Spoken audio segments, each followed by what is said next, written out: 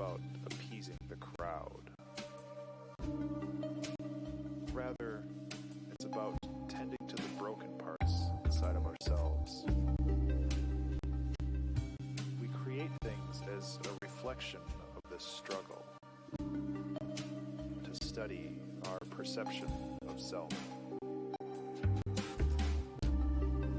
Ben wave isn't necessarily a thing you achieve. Rather, it is a state of mind which you constantly strive toward. This all comes from an understanding that ideas aren't static, but fluid, like water. Be like water. Be like water. Happy Friday, everybody. Welcome in.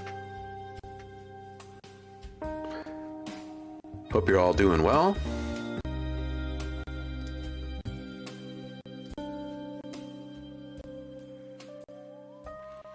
Congratulations on nearly making it through another week. Not that you're not going to make it, just that we haven't quite made it there yet, right? Bunch, welcome in. First again, prompt this week. How are things? Heidi, how are you? Saffron, welcome in. DJ Empirical is here. Unloose Music is here.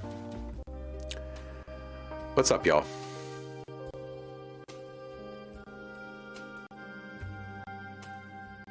Yeah, hope everyone is having a lovely little Friday.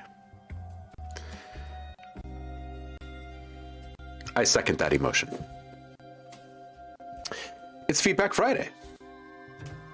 Go drop your links in public feedback on the Discord if you're wanting to get in line early.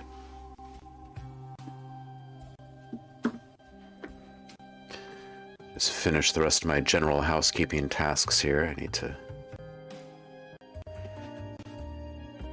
turn off my notifications.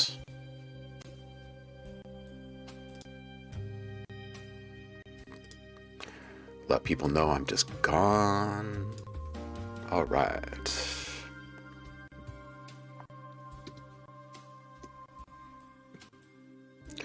Word.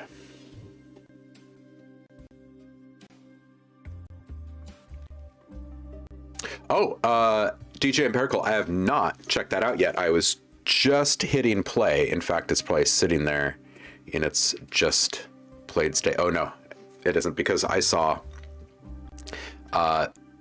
Scruffy and Commander Rokusai kicking it over here in a conversation, and I was like, hell, I'm gonna go join them. Sat and talked with those guys for a few minutes. That was a fun little surprise. But I did not end up watching this as a byproduct of that. But I would really like to. It's like 20 minutes long though, right? Yeah. I think it'll be a background endeavor for me. But these are great. These are so good.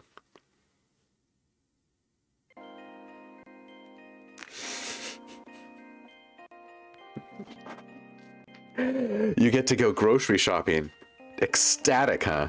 What are you going to get? What's the thing that you're looking forward to most? These reclamation moments.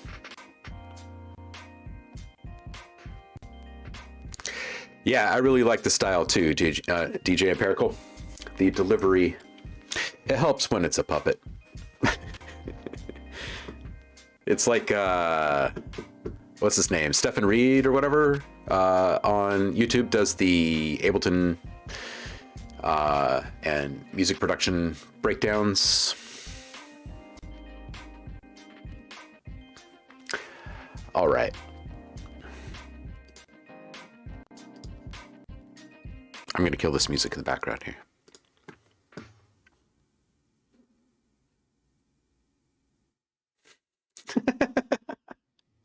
Rice noodles, definitely a highlight. Yeah, yeah. How many different types of rice noodle do you expect you will purchase in this first shopping trip? Oh, sambal. Yeah. Some nice, well-balanced garlic sambal. Mm-hmm.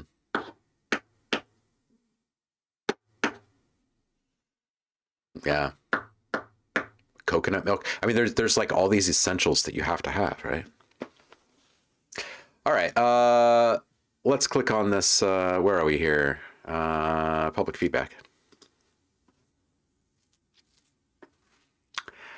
Kwame dropped a link the other day, and we missed that. So we got to get him when he comes in. Oh man, look at this. Oh, this is going to be great. Oh, this is going to be great. I can't wait for this.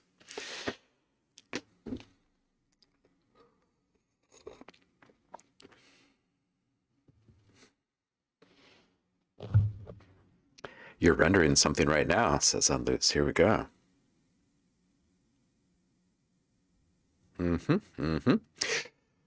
Jabbar, what's up, dude? Spitfire Audio Haunted House Sample Library Scoring Competition entry. Ooh. All right, cool. So I definitely want to see what's going on with this video here. But I don't think Paul is here yet. So we're going to hold off on that. And we will get started with Javar's, I think. And what's this post in the classroom here? Oh, cool. All right, I got to listen to this first. This was just posted to the classroom. I think I'm going to share the homework with all of you. But here's what I came up with the following, while following along with the basic core principles of what we learned on Monday. This is from Saffron. Pluck, stab, exercise.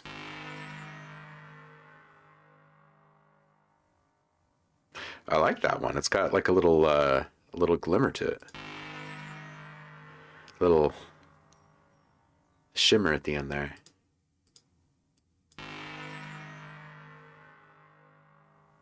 Yeah, I like that one. That's good stuff.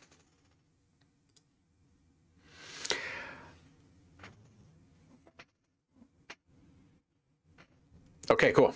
Well then, while we wait for a few more people to roll in here, I'll make a few sounds.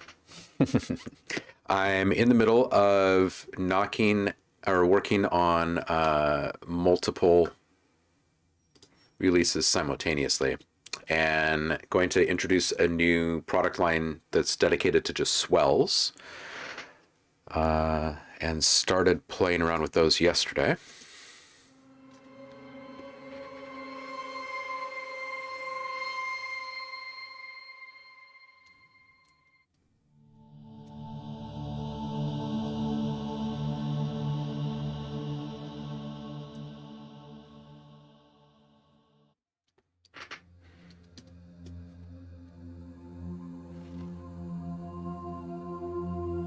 Unloose, of course you can, yes. Zamertz, happy freaking Friday, my friend. How are you?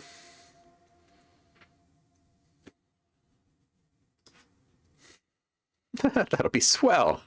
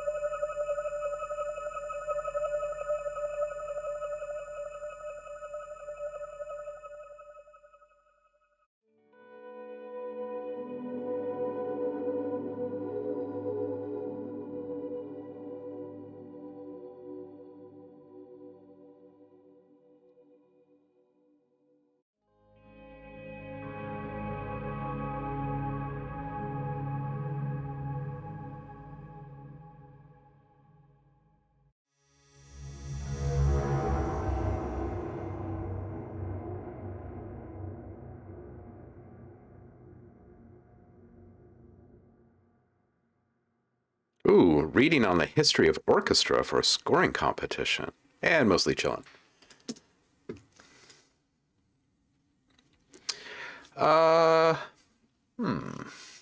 What haven't we played with in a really long time?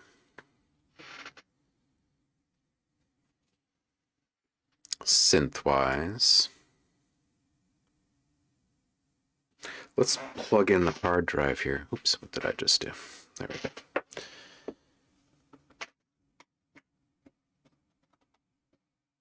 All right, hard drive in. Oh, pigments. Pigments. Let's do that. Good call.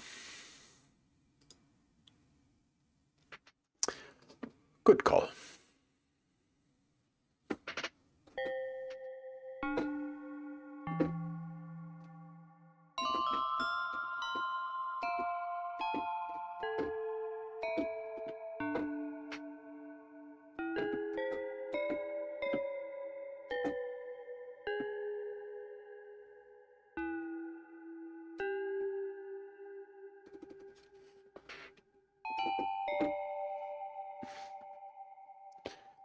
A great default sound.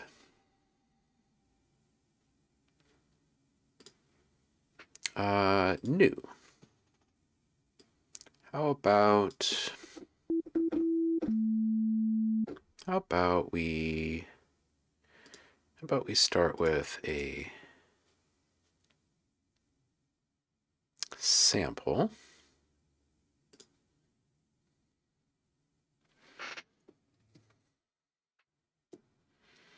Y'all are playing with space dust. Let's bring in some space dust.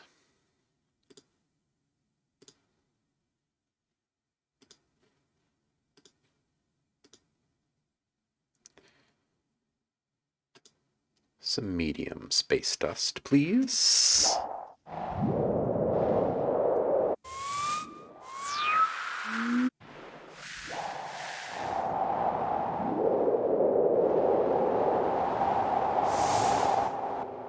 Let's take this one. This one's pretty interesting.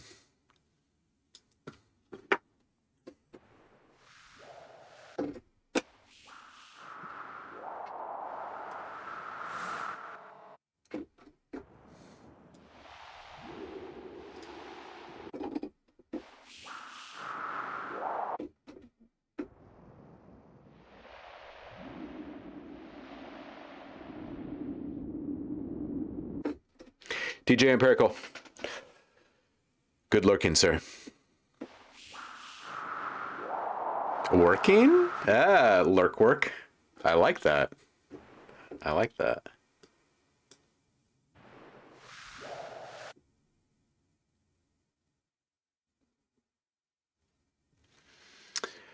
All right. Let's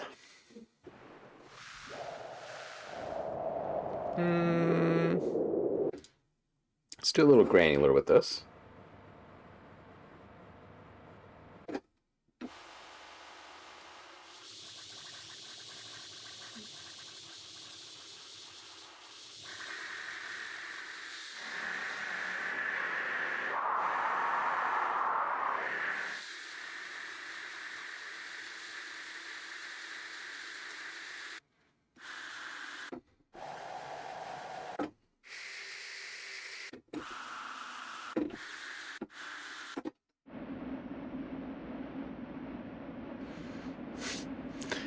That's pretty cool.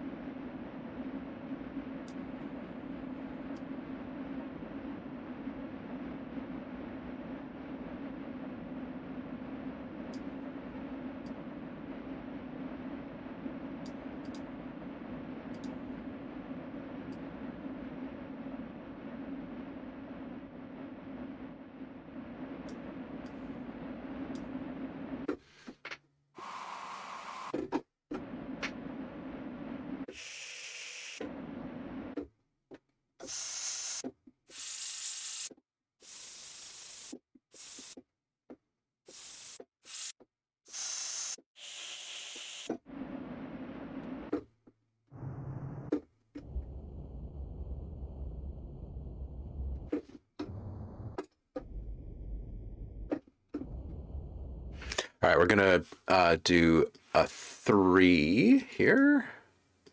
A little sub-bass swell.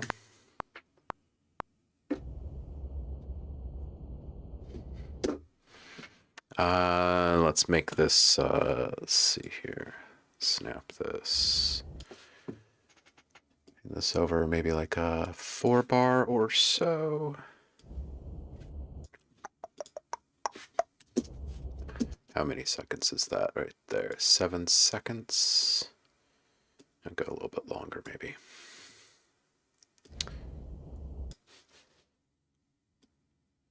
$11.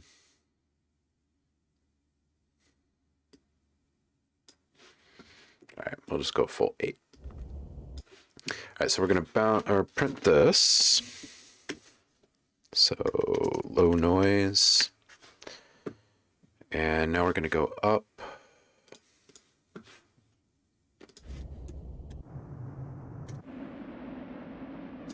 We're gonna do this one.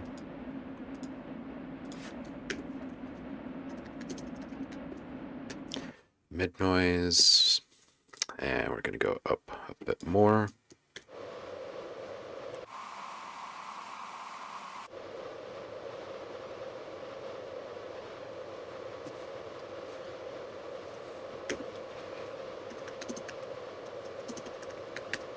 Mid-high noise.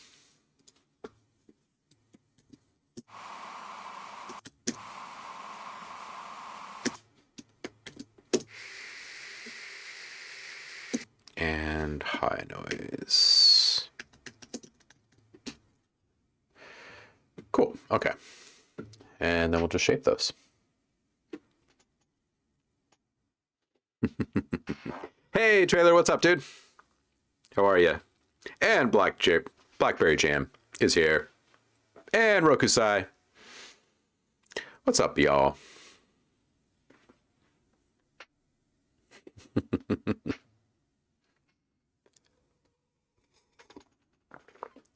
Feel free to drop your WIPs in the Discord. We were just waiting for a few more people to arrive before digging into people's stuff. So I'm bouncing out just a few really quick swells.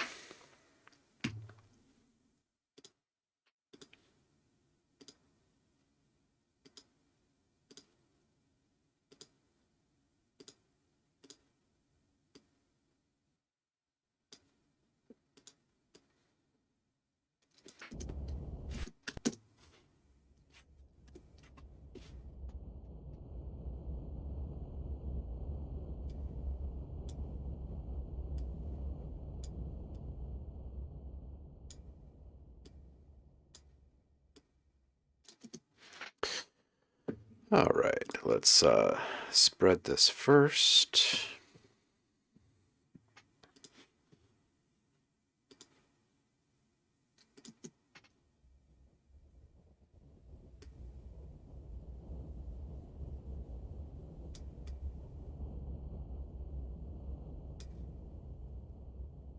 I know this one's brutally quiet.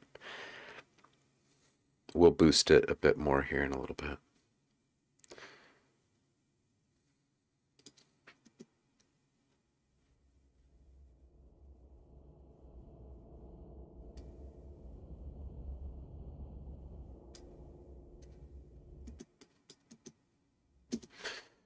Okay. So first one will be just saturation, second one will be combo saturation and more granular. So let's go simple.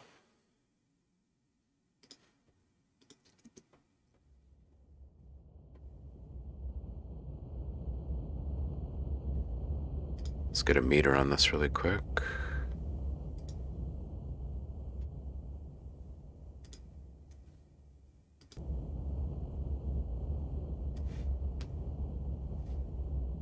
Oof.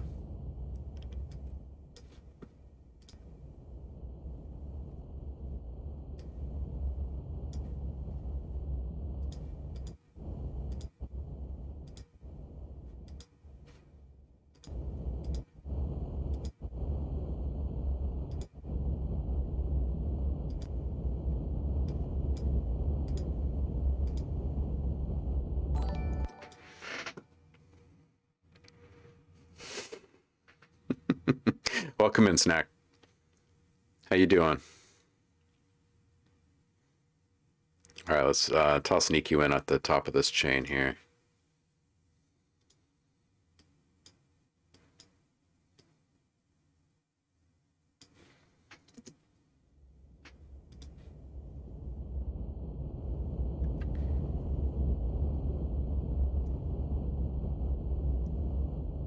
Okay, that's pretty good. I'm going to put one more pass on this, just a simple overdrive, just to highlight those airy little frequencies up there. There's some pressure. Yeah. Let's bring down our lefts by 1 or 2.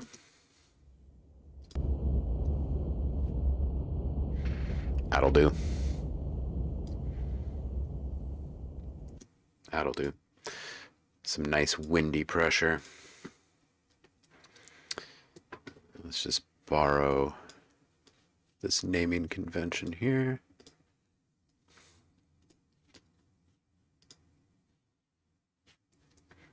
Oh, we gotta save this too, huh?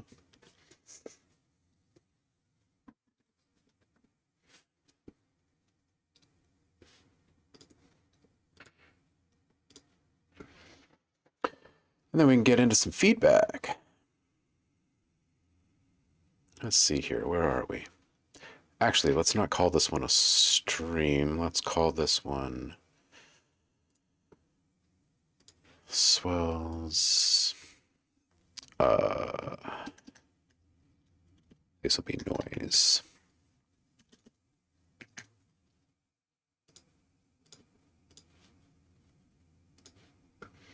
All right, cool. Let's bounce this first one here.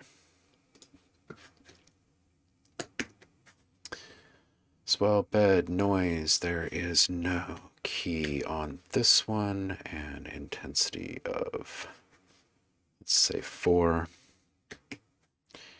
and complexity of 2. Bounce. All right.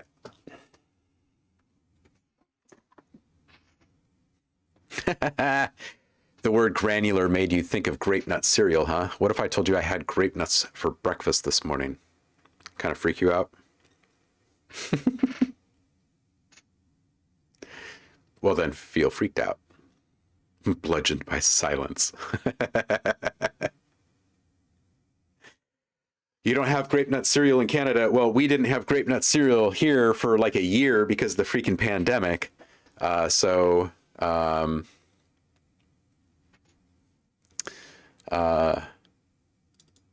Whenever I see it now, I feel like I have to grab it. Trematize. This isn't a stream? Not saving the project as a stream today, so I can find it a little easier on the backside. I did, Heidi. I did. They're good for you, you know. All right, so we got some more peeps and some more posts. Is Paul here?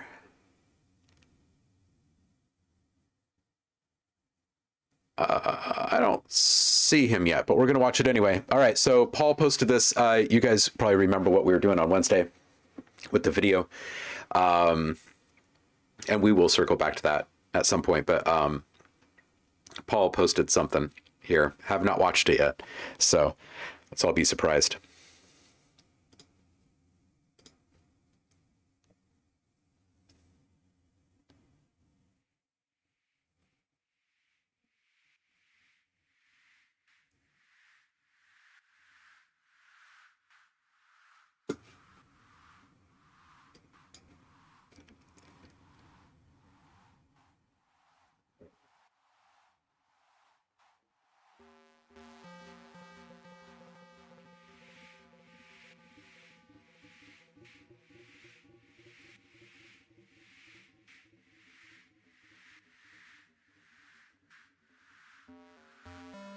Rocking the audacity. Look at this.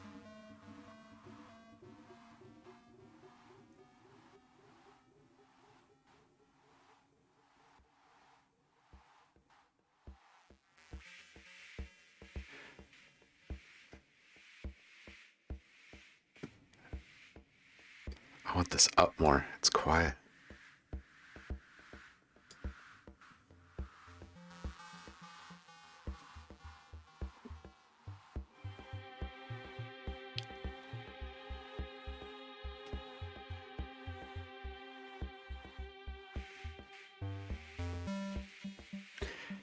Something tells me that Paul is working the full range of dynamics here.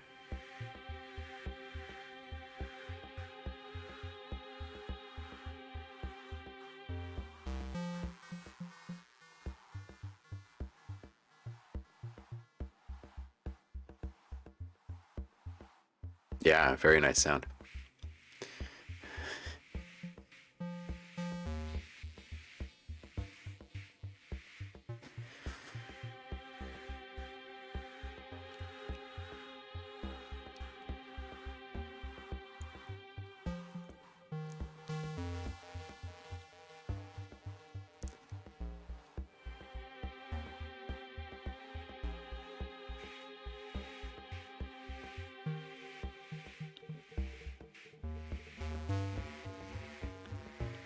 Oh yeah, Mellotron is so good.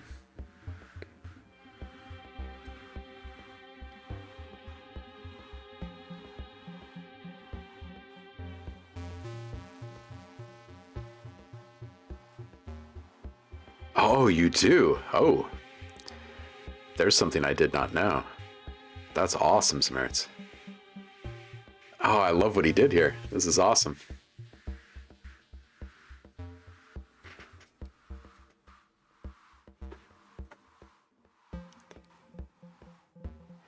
Make anything sound like Mellotron. That's awesome.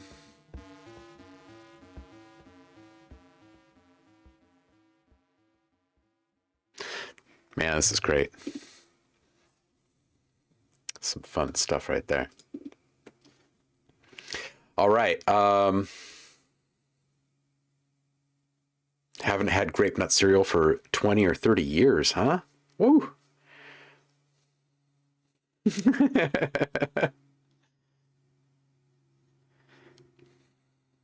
Agitated Tron or a wired Tron.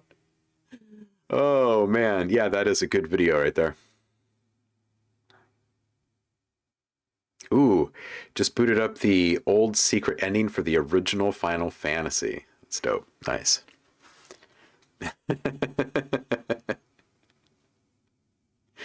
All right. So this one is from Javar. Private feedback. Oh, yeah. You want me to do that here? Ah, this is where you post it. Okay. Well, let's do this.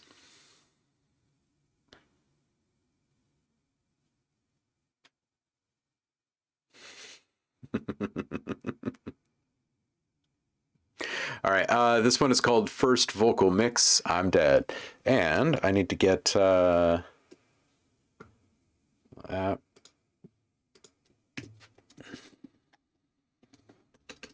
right, here we go.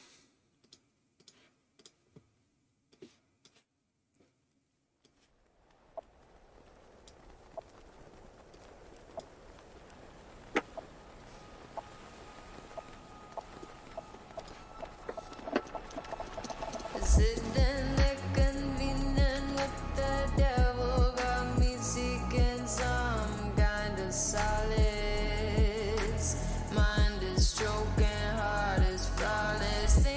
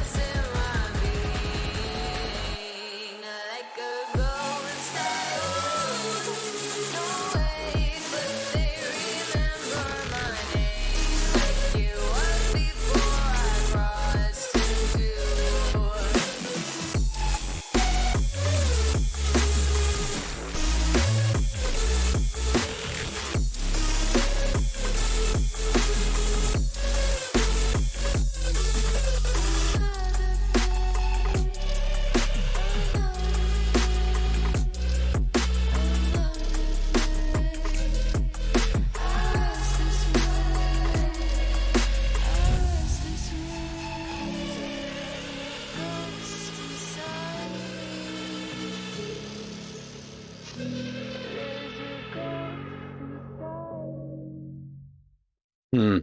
Okay, so the filter out at the end is pretty cool. I feel like um, the music in the mix we've already talked about. The vocals, I feel they don't quite measure up with the energy of the song. Like they need just a little bit of a boost there, and they really need to sit on top just a little bit more in the mix. And then when you send this whole thing through a master, I think everything would really, really pop. And I also think that the mids can be highlighted a bit more, just in general. There's also kind of a weight to this whole thing. So I would think that when you step into the master process, just kind of be aware of the size, like the range of your bandwidth in your multiband compression when you're first kicking off your whole process. And you might even want to play a little bit with some mid-side EQ on some of those lower elements, and make sure that that stuff isn't getting out to the sides too much, because when the really wicked bass is going full bore, it's a bit all over the place, and it should have that range. Like it should be able to move out towards the sides and not feel any kind of like competition or obfuscation near its edges. It should stay really sharp and defined. So those are the things that I would say would really help this thing. In regards to boosting the vocals, maybe just a simple overdrive or a little tube saturation.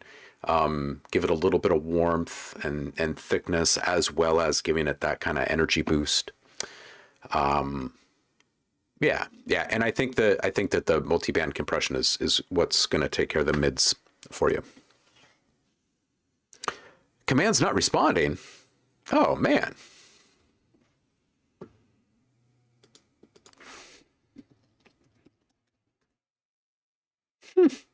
Weird. That is so weird.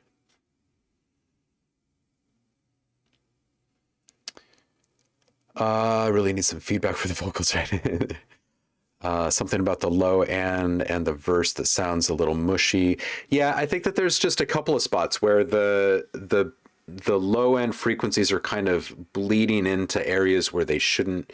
You can also take a look at how much sub bass presence is there. It very well could just be that you need to cut away some more of your sub bass frequencies that aren't being heard. There's a lot of rumble in subs, and since you can't hear it, and a lot of people aren't able to monitor that well when they're working at home, that stuff kind of gets in the way. But if you give your sound, I'll just put an EQ here really quick to kind of illustrate this. Zoom in on this so you can see. Even if you want like the full boom, low end kind of impact in the sub bass when things hit, you can still get away with a rather sharp cut way down here in the high 20s. And when you do that, you're going to feel a noticeable impact, a dramatic change in the amount of energy in the low end. And it should also kind of tighten things up. And then the other thing is just everything else that has sub-bass frequencies present in their frequency spectrum that do not need those low frequencies, eliminate them. Like straight up cut them out if it's not affecting the life force of the sound, right? If it does start to affect like the feeling of the fullness of the sound, you can switch to a shelf for part of this process. So you eliminate the really, really heavy sub-bass frequencies, and then you can kind of attenuate the rest by sliding in a shelf there and carving out a big chunk of those slower moving frequencies, because that's what causes the muddiness. It's just those frequencies colliding. So I would do those two things.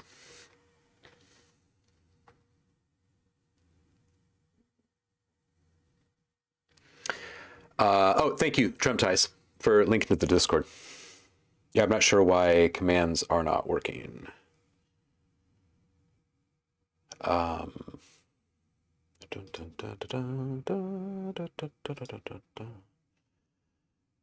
Let's just check it really quick.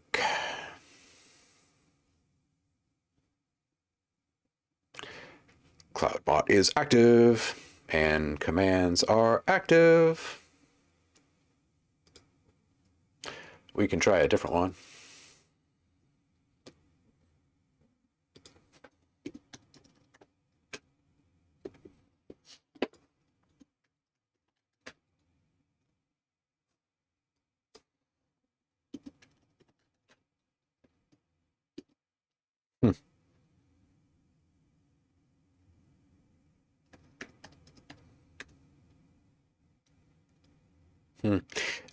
So the triggers that are working are outside of the Streamlabs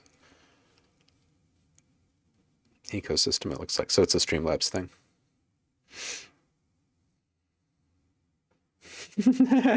Wiretron.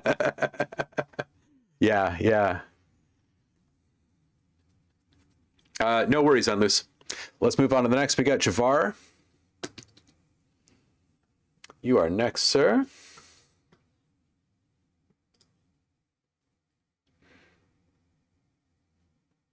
All right, so again, this one is Spitfire Audio Haunted House Sample Library Scoring Competition entry.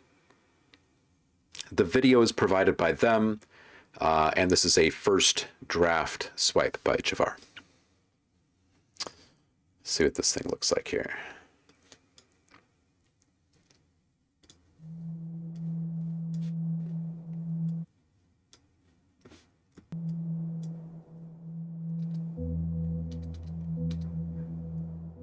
I like this video.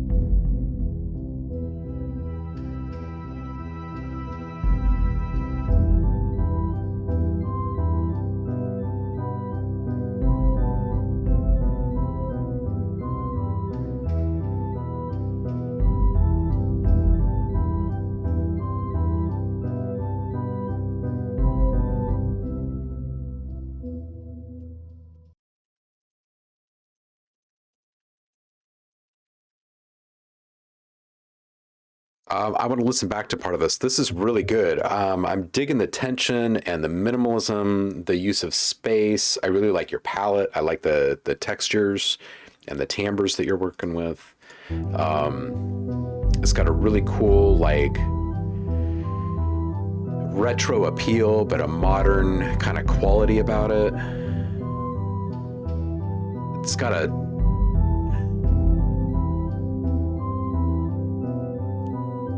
a real familiar kind of mashup of sounds.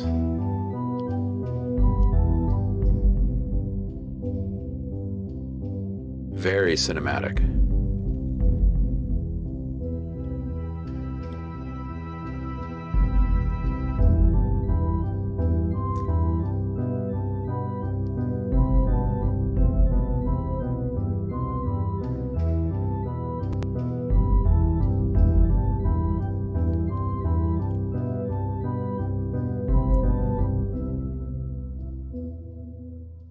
Yeah, it's just tasty, man. It's just tasty. There's a little bit of mid-low, like low-mid frequencies and a couple of things like that very last little string pluck at the end, that don't.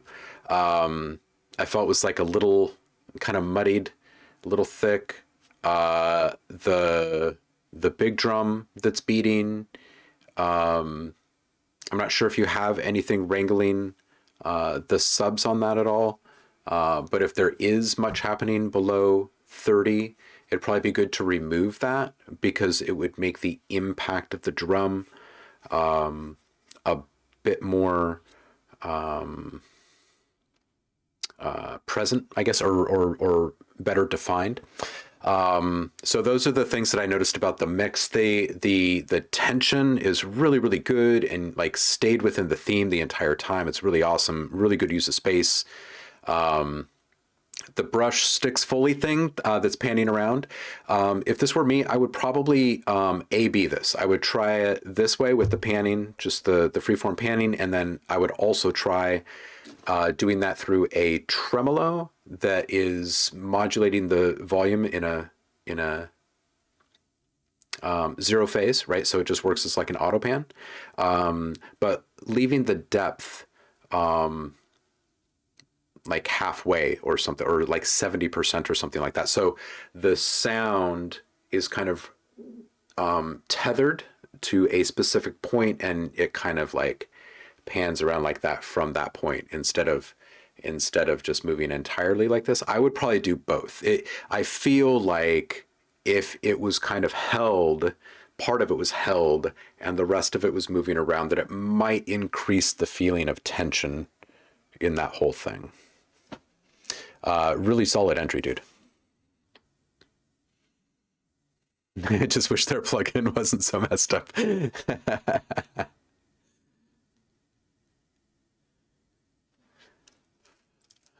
You're done. You're done with the lyric. What happened, says Sav. I'm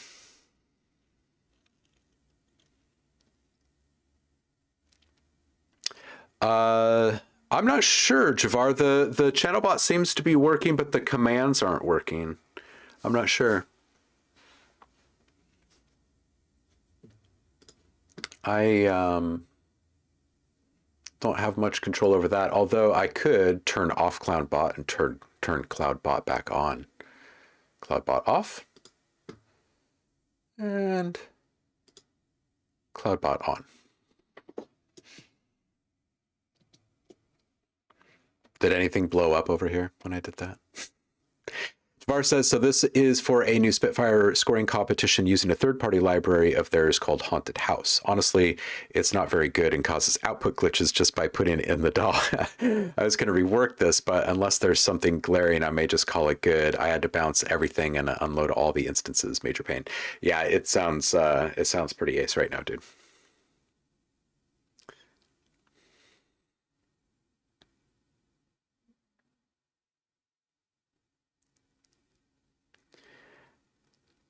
Paul's here. Welcome in, dude.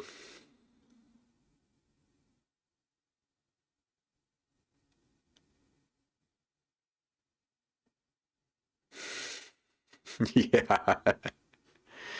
You got EQ on everything. Add more low to that. I've always boosted the sub on that one. Right. What's up? What's up, Rico? How you doing, man?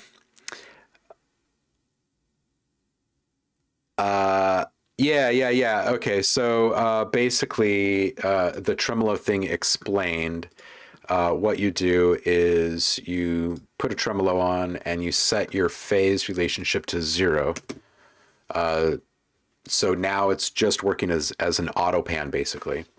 And you dial in the rate at which you want to move. So this would maybe be, I don't know, something like a 3-bar or a 5-bar or something. I don't know. And then you might leave it entirely smooth or give it just a little bit of an edge. So it's a little bit more dramatic because it's a little more convex and a little more concave. And then just decrease the depth. Right, so the sound right now, the channel is centered. You're not sending it in either direction here, and it's a high frequency sound, so you really don't need to worry about it interfering with anything in the middle. So it's fine with it being there, and then just leaving part of it there. You know, like maybe it's just like 30% of it, like 70% of the sound is moving around, but 30% of it is staying right there. So it kind of translates to having something that's rooted in one position and moving around, you know, like a windshield wiper kind of a thing, right? Versus just this thing like a bird moving around freely, right? So, but it might increase the tension if you have that kind of steady presence there. Similar to how your steady tone holds the tension amidst all those other little moving intricate parts. So Bezos. That'd be funny if it's like the only command that works on Twitch now is just Bezos.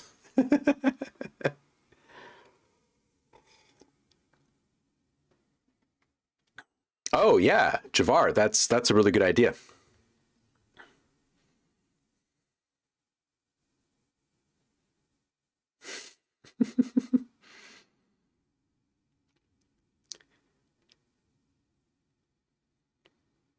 Not endorsing.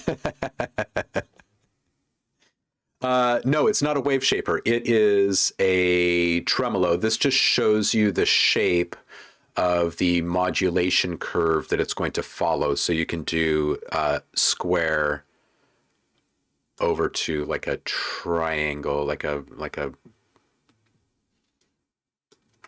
ish. It's certainly not a sine. It's like a rounded saw or triangle, biased. Anyway, that's what that is. I use it. I use tremolo on everything. Adds subtle movement. It's kind of like EQ to me. EQ and tremolo kind of go on lots and lots and lots of stuff. Don't say Bezos 3 times. Never say Bezos 3 times into a camera.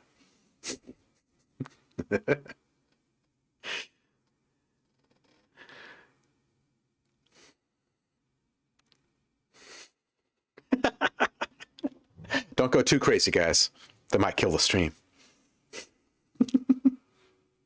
being Bezos. Oh shoot. Okay. Next up is the merits. Says it's a work in progress. Started on it this week. This one is called Melatonin.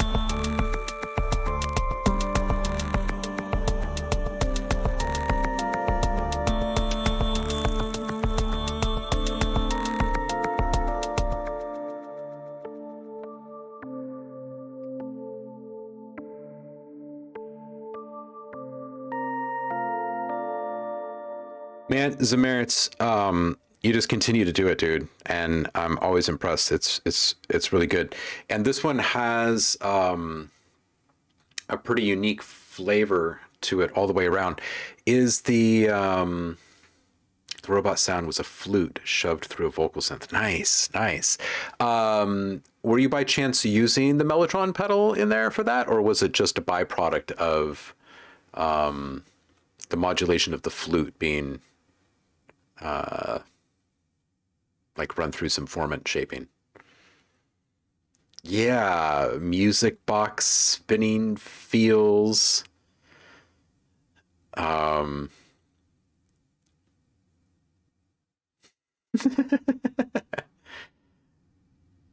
yeah, some parts of Canada in there.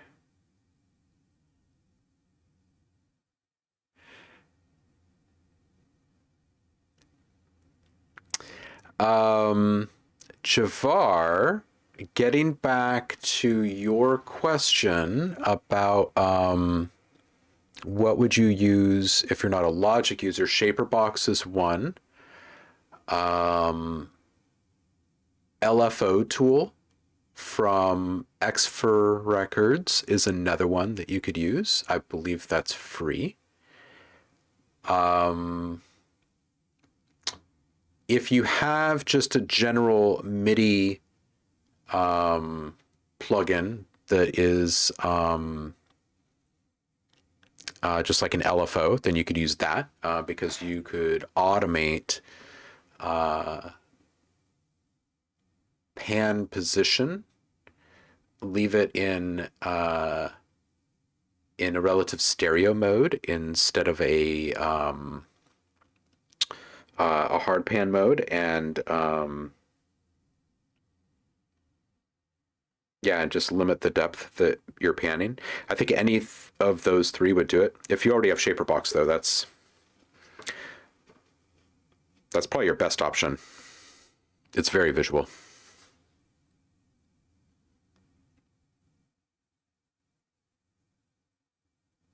A tape delay plugin with some formant saturation as well. Yeah, very cool. Boards of Canada.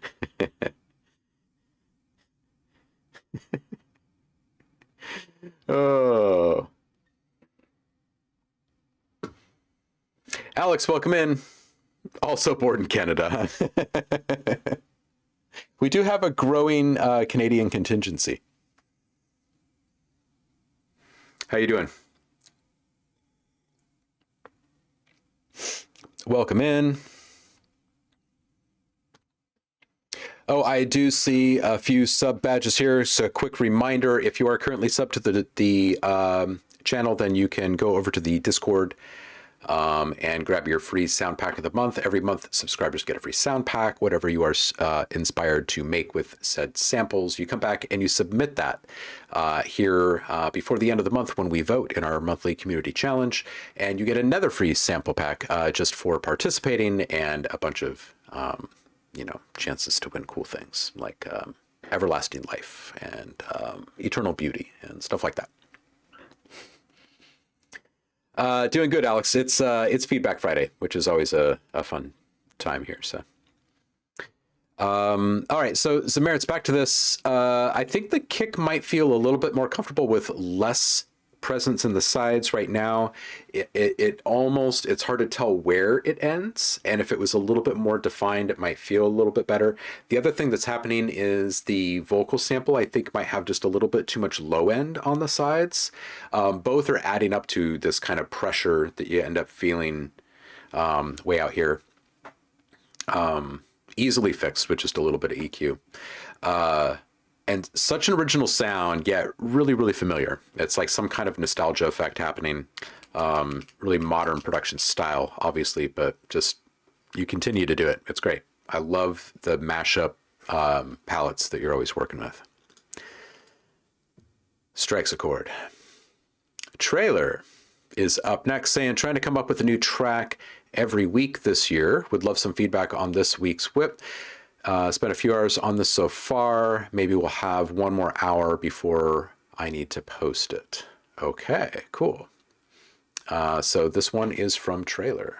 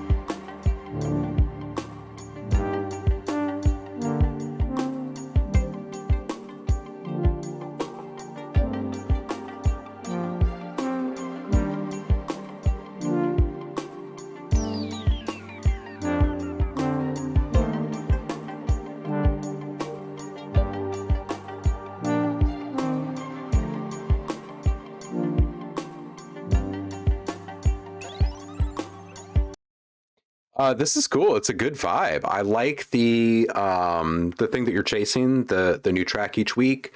It's good, and this feels like you were in a play state when you were making this one, and it feels really comfortable and in a groove. It feels organic, which is good. I feel like it needs just a little touch of something in the low mid frequency realm. I'm not sure what that is, if it's just an occasional delayed echo of maybe your bottommost note with that horn synth, or if it's something else entirely. I'm not sure exactly what it is. It could even be like a very simple little vocal chop or something like that. But I feel the room there for it.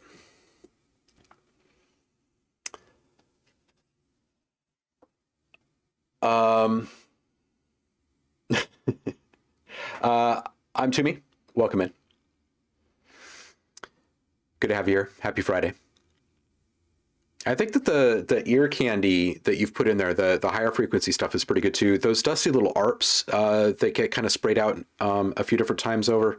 I think that some of those could be delayed in longer tails, like longer decay delay tails. Not all of them, just periodically, just to kind of keep the vibe really loose and kind of free-form feeling. I think having those be a little bit varied would be good. Other than that, I think this is really good, and I'm looking forward to more of these each week.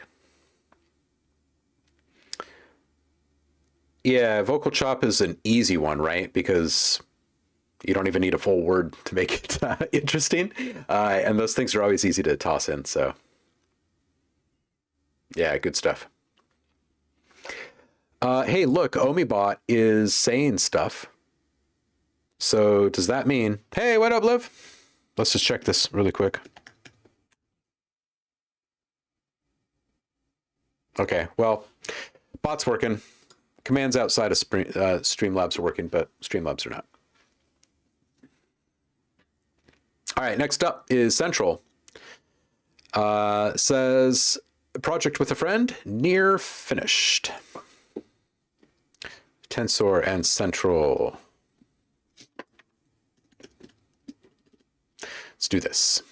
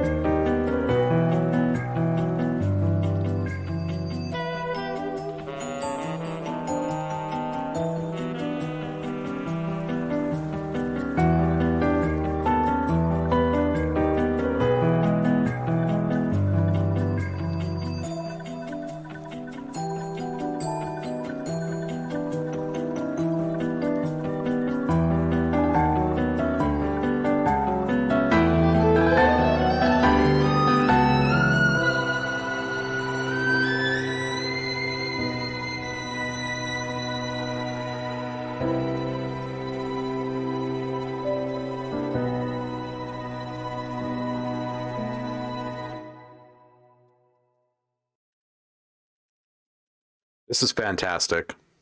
Central. This is really good. WCX, welcome in. Base Goker.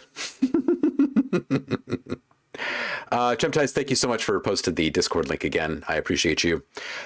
Central, this is really good for so many different reasons. Thank you for sharing it with us. It's absolutely worth chasing through to the end. Whatever. I have no idea how often you collaborate with this other person, but you guys obviously have some serious energy brewing here. So hoping to hear more. Really awesome, like just spot on perfect filter position for the intro there. I think the bass, as soon as it hits, I could feel it had just a little bit too much low frequency. I don't want the frequencies cut. A little bit of low shelf in the bottom, like 10 frequencies. And if you just dip that, like maybe 5 dB or something like that, I think the whole thing feels a little bit more nimble and slightly more defined, and it would have just a little bit more punch down low. I know that always seems a little oxymoronic when you think about taking frequencies away down low, and then it feels like there's more down low. That's just the way it works. Also, a little bit too much low in the sides on the bass. So if you could do a little mid-side EQing when you're in the side mode, just roll off everything under like 200 and see what that feels like. Once you bring the mids back in with it, it should feel just as full as it was, yet less muddy. And more clearly defined in the mids and mid lows, and then the whole side of your mix would feel a bit lighter. And if all of the sides of your mix were lighter, then there's more energy distribution for the low end, which will just fire out like a rocket. So I would shave a bit off there. At 51 seconds, those bongos, the little bongo fury moment, I would bring that up. Absolutely. Make sure that that's kind of like a featured character. Really dig the guitar vibe. Really spins it in a different direction. And then bam, 123. This is quite the reveal. I think I would add one more supporting, riser or reversal to push the transitions over the top.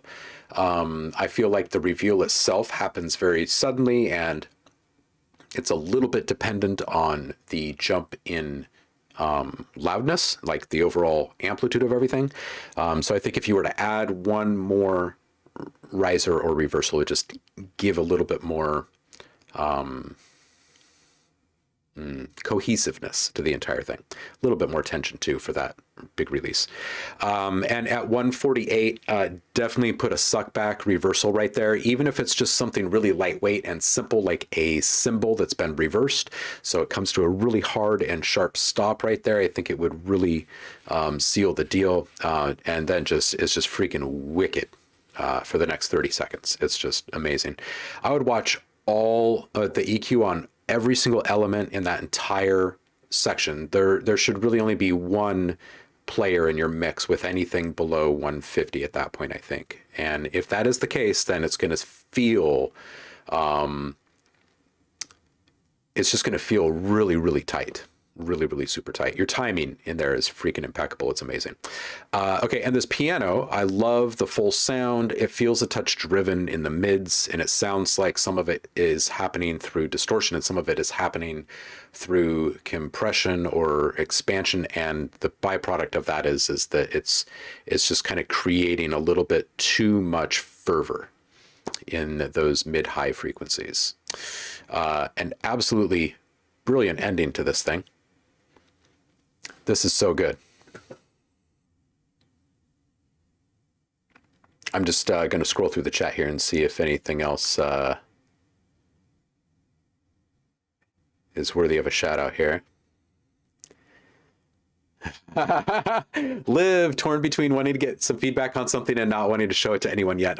That's awesome. You can always send it over for private. I can say words about your creation offline if you like. What's up, Subvids? Andremia, welcome in.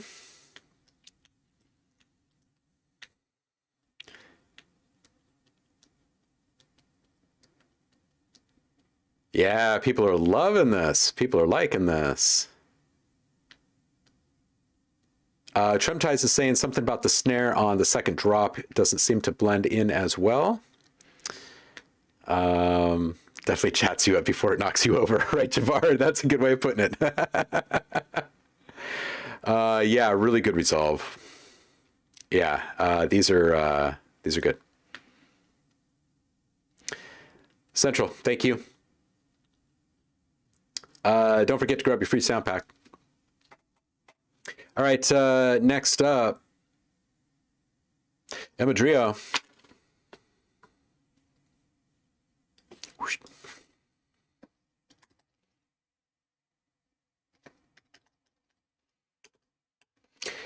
Let's roll. Artemoneta. It's the title of this one. Through Collected. Arte moneta, sto diventando ricco perché sono arte moneta. Nello stesso attimo, lo stesso arte moneta. Non ho i soldi per le sigarette, guarda come si diverte. Piove ma io pioverò più forte. No, no, no, no, no, no, no, no, no, no, no, no, no, no, no. Oggi ho fatto un disegno e l'ho perso, e l'ho perso, e l'ho perso. Arte e moneta, bancomat e penna. Arte e moneta, la strada di riserva. Strada di riserva. Arte e moneta, bancomat e penna. Coi tuoi occhi azzurri, moneta, soldi e penna. Arte e moneta, la strada di riserva. Per sera trovato in Francia il mio disegno perso. Coi tuoi occhi azzurri, moneta, soldi, moneta. Bancomat e penna, arte e moneta, la strada da. Coi tuoi occhi azzurri, moneta.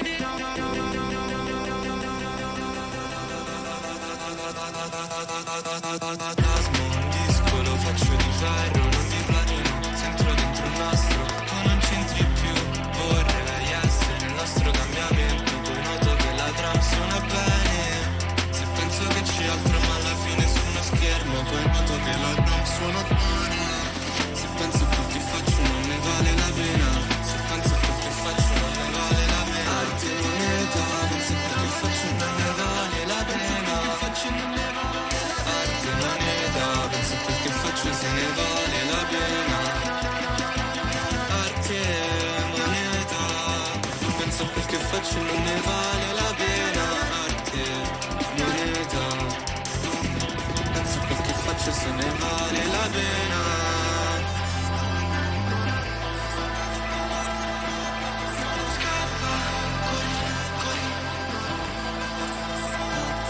Corri da noi. Portami a casa. Portami via.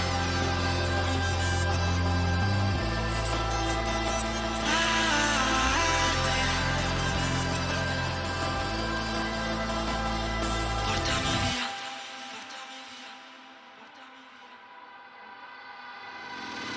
Arte e moneta, ringrazio le mie idee che mi hanno dato vita, sto con i miei amici a scrivere assomigli, canto bene perché sto nel mio castello. Arte e moneta, ringrazio le mie idee, posso diventare ricco divertendomi, come ragno corro sopra i bordi e mi muovo sull'overdrive, come fossi nuovo non capirai, corro dentro all'overdrive, non mi vedi mai, corro dentro all'overdrive, gomma sputata da una bocca all'altra, gomma sputata da una bocca all'altra, corro sul drone, la cosa che mi muove, più delle persone, più delle droghe, corro sul drone, la cosa che mi muove, più delle droghe, più delle persone. Arte e moneta, sto diventando ricco. Arte e moneta.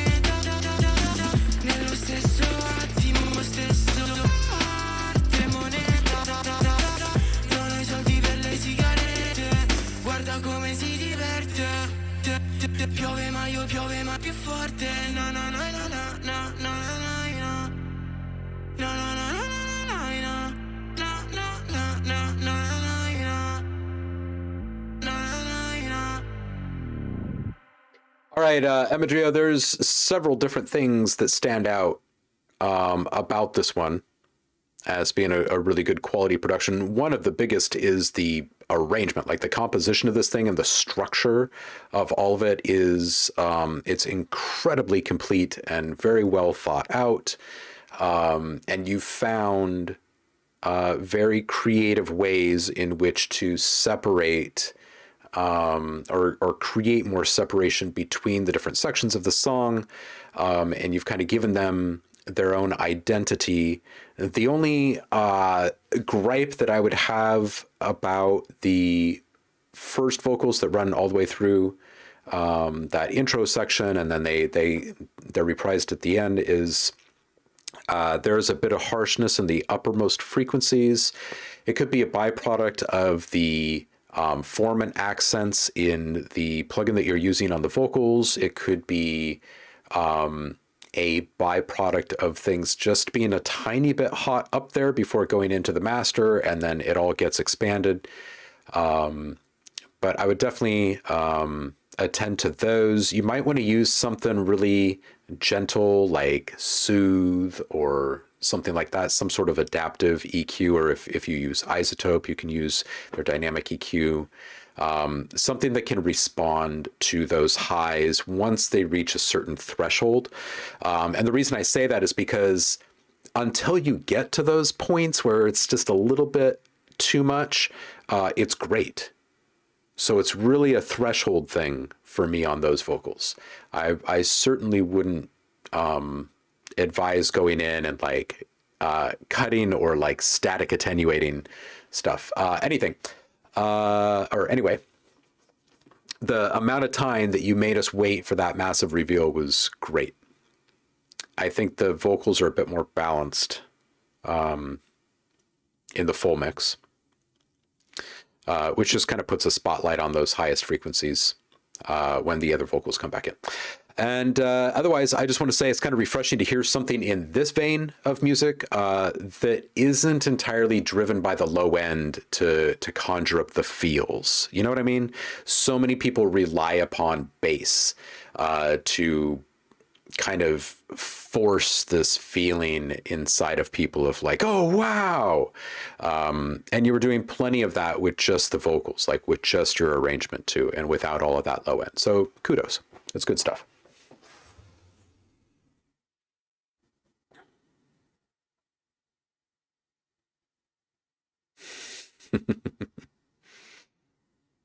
Yeah, very good stuff. All right, next up is WCX. It's called Like That.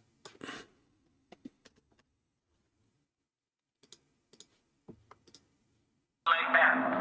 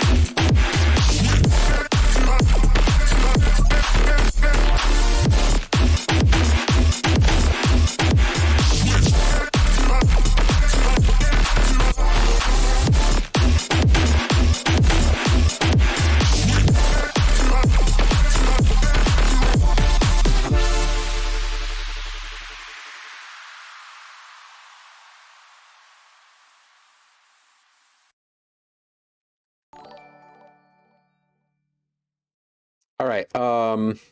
Dragon Queen, welcome in. There's a few things about this that I think could be attended to, and the rest is just really great. It's really heavy. It really hits. The bass is a little bit too dominant in that competition with the vocals. So I think that the vocals should probably still take a priority over the bass. And right now, there are moments where the bass dominates it.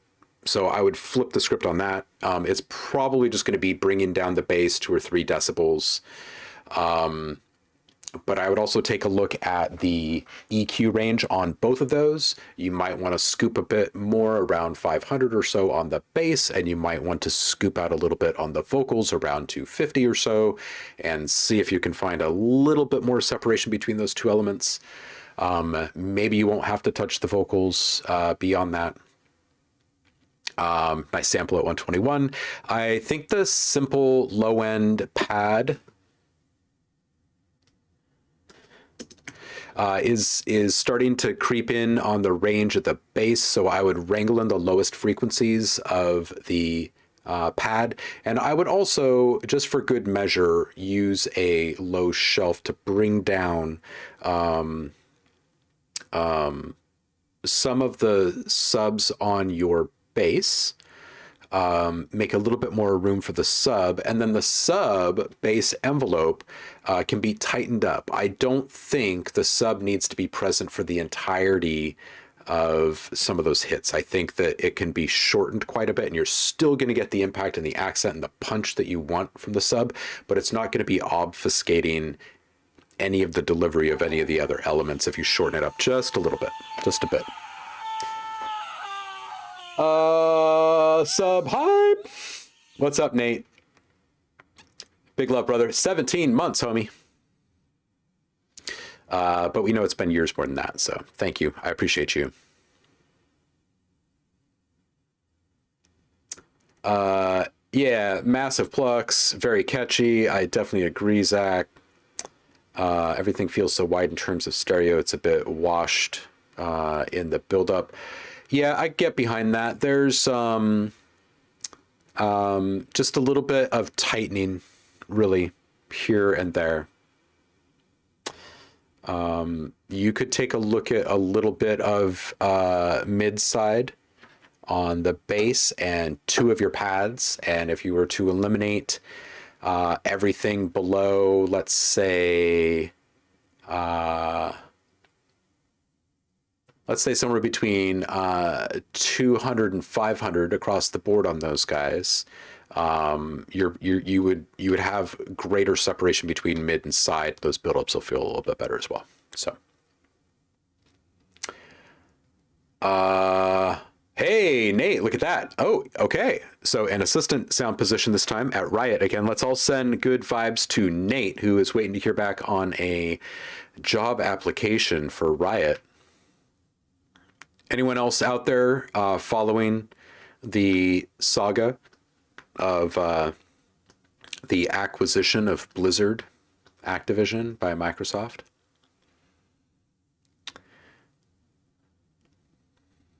Blizzard folks want the union to be recognized. Some stuff is happening there. It's going to affect a whole lot of people. Nate, that's all right, dude. We got 20 minutes with you and we're happy about it, so go get them indeed. Yeah, you deserve it, homie. All right, I hope you're still challenging yourself with daily challenges and stuff, by the way. And we should catch up soon. Snack is next. This one is called Jack of Spades. Let's go.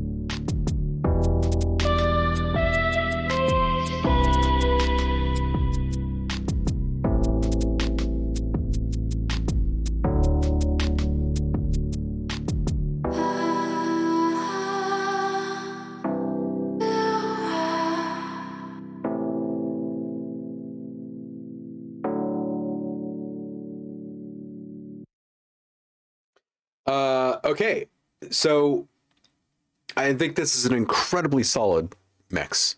It's good balance, well-rounded palette, good volume mix. All the elements are heard clearly. Great presence across the board. It's really, really flippin' solid. The only thing that I wish that it had, that I didn't catch, at least the first time around anyway, are subtle little embellishments. Something that makes me become a bit more engaged.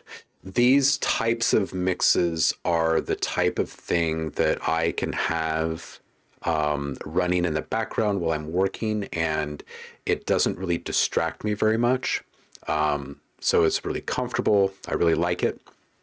I do wish that it had like a couple of really subtle glitches or something like that to make me kind of like tune in a bit more. But other than that, this is really, really solid. There were a couple of things, like at the very beginning when your kick was still filtered, I was wondering if you had any of the sub frequencies rolled off of that thing, or if there was some resonance left on at the point of cutoff, right? If it was like not just a straight low pass. But other than a couple tiny super nitpicky things, really, really super solid. Trumtai says, interesting choice with the bass. The last note was a bit unexpected, but fits with the chords, which we always like. Absolutely, we always like that.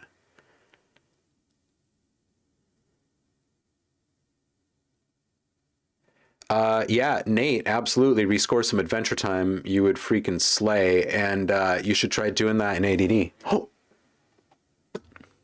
Seriously, though.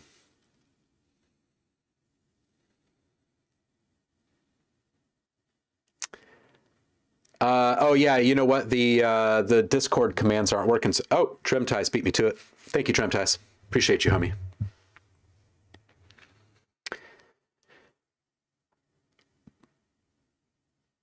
No, it's really good.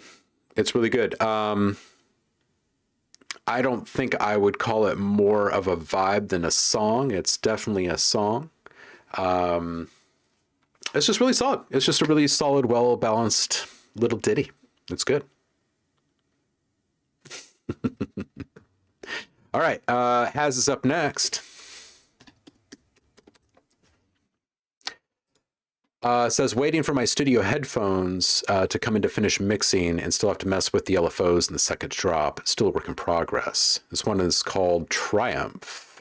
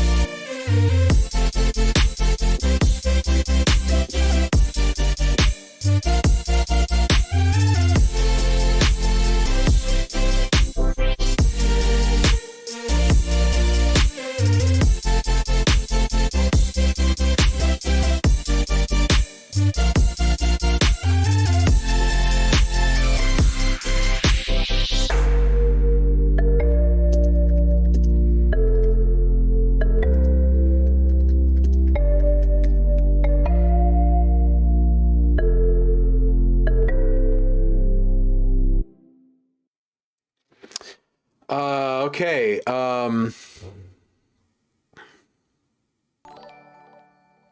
Yeah, strong nostalgia indeed. Nate, thank you so much for the host. Appreciate you, homie. Just kind of reading through comments here in the chat. Mm-hmm. Mm-hmm.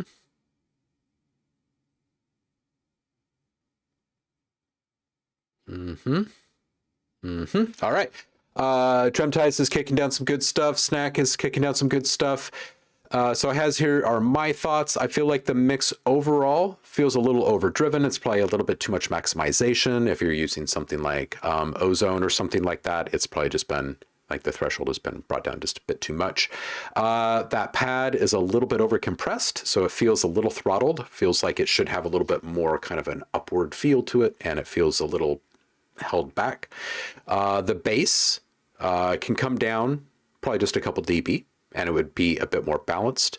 And that would actually help the entirety of your track, right? Part of how maximization and compression and all these different threshold-based processes work is that it's taking a look at signal strength, and that is it. So if there's one element in your mix that's incredibly dominant, it's affecting the entirety of your mix because it is engaging and affecting the overall sound before perhaps it should. So if you bring the bass down just a little bit, it's going to give a bit more time before that compression or maximization kicks in, and everything should sound a little bit better.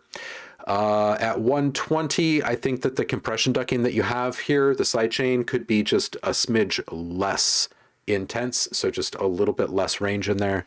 At 147, the wet claps or breath, the whatever it is way out on the sides, I think it could use just a little bit more up high. So a little accent around like 7 to 10K would probably feel pretty good on that. And I did notice a couple of people saying, hey, some highs. So that's one spot specifically where you could add some highs. Good drum fill. I think that the toms could use a little mid-range accent though to really make them kind of resonate. 235, when the mix kind of opens up and you can hear the kick for what it is, it falls just a tad flat in my opinion. When it's in the full mix, it feels pretty good because there's plenty of other things that are active around 4K, but in this one spot, I think that there's not much there.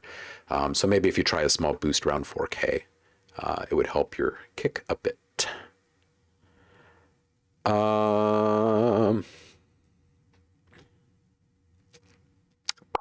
Talking about the sub bass or the mid bass. The mid bass that comes up 107.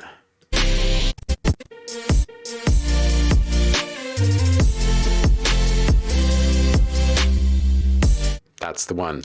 Bop, bop, bop, bop. If it comes down just a little bit, I think that things in general would feel just a little bit better with like your mix processing. That said, here's one more thing that can help, because it's not just about like adding high end. It's more about controlling the elements that you do have in play. There's no reason to go and rework an entire palette or arrangement or start introducing new characters if you could arrive at the same kind of satisfaction by simply reducing or eliminating things in your existing mix, right? Less is more. So typically a really good rule of thumb is throw your ideas at your canvas, at your arrangement window, right? And then start carving away and cutting away. And when you don't have anything else left to cut away, maybe you're done. You know what I mean? Instead of the idea of throw more, throw more, throw more, maybe I'm done. Right? It's always really hard. So what you could do before you add anything to the mix element wise would be to go through every single element in your mix, pick one element that's going to have sub bass frequencies in it, right? And that's going to be your sub bass probably on this, right? Just kill the subs and everything else, and then work your way up frequency wise, right? Keep that smack dab in the middle, get your bass working with it, make sure that they are incredibly cooperative with one another, right? That the sub is not peaking up into the mid bass range, right? And then everything else after that bass, as you work your way up the frequency range, you should be chopping off the lowest frequencies of all of your sounds, not to the extent that it hurts any of them. You don't want to remove any of the low end life force. of your sounds. So don't just use cuts, use low shelves, right? Attenuation, not necessarily cutting. And what that's going to do is it's going to free up your mix. Your bass elements are going to feel a bit more full. They will have more impact. The mid-range sounds will have much greater clarity because there will be a lot more focus of energy there. And naturally, your whole mix will sound brighter because it's not quite as dark, right? And then the other thing that it does for you is these lowest frequencies, you've just eliminated a lot of them, and that's energy. That's energy that can now be redistributed to better broadcast your sound, right? So now your stuff can be heard the way that you really want it to. So that's what I got for you there. Only been producing it for about a year. Really appreciate all the feedback. Yeah, this is great. This is great.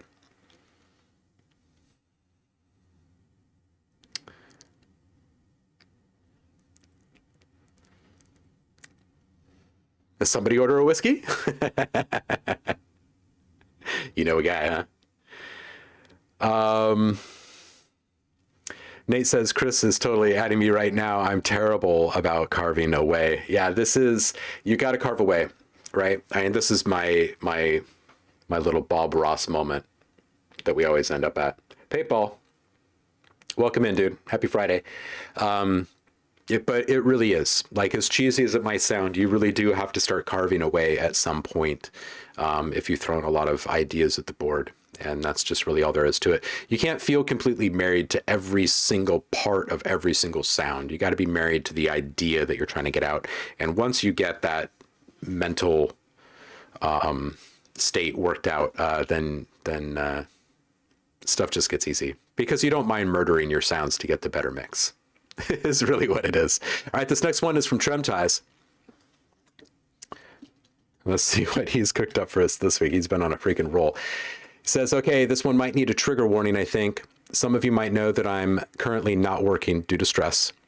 I wrote this while I was in a very bad state, but came up with something I would have never thought of otherwise. I just needed to get this out of my system, really. First time digging into a spoken word kind of thing. I'm beginning to calm down a bit. Just for your information. So for those who are not here on the daily with us, Tremties has been feeling it lately, as have many of us. So please send good vibes to Tremties. If you've been struggling with any kind of depression or anything and you don't want to listen to this, just hit mute for a minute. We're going to listen through this.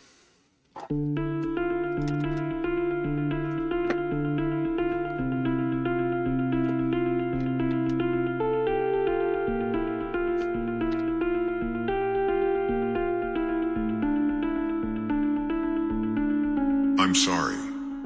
I'm sorry for yelling. I know you tell me that you know I don't yell because I want to hurt you purposely, but it hurts. It hurts me. Deeply.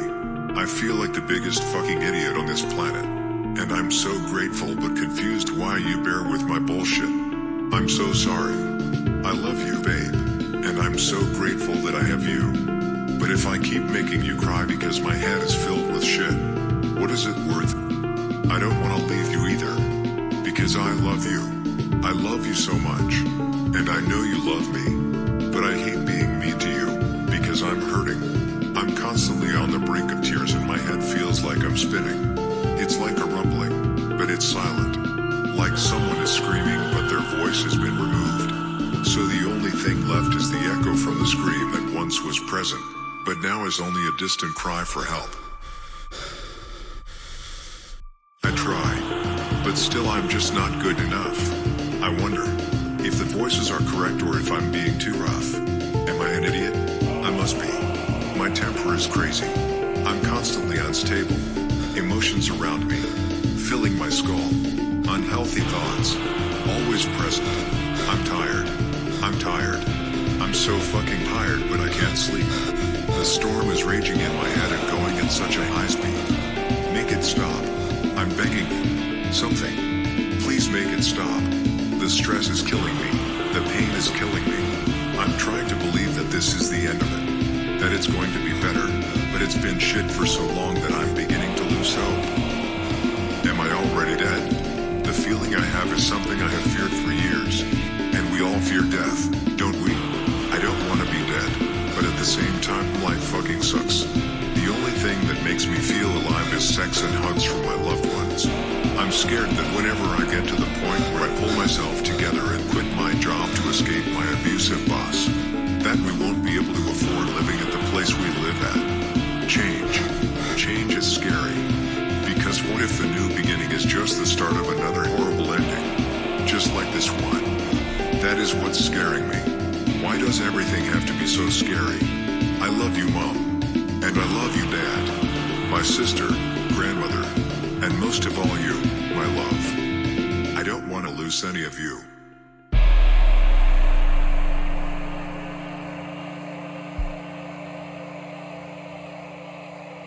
And is it just me, or is there some sort of added impact to all this with having this being read by the robotic voice? You know what I mean? Like, Tremties, you're putting words to shit that we're all feeling. Like, especially in the States, like, world has been a big pile of crap for a long time, and we're surrounded by a bunch of asshats making decisions that are making them worthy of their namesake, asshats, right? And it just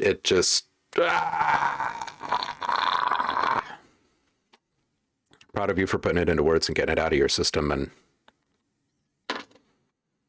I hope that you would add music to the list of sex and hugs, because it I don't know, it helps me even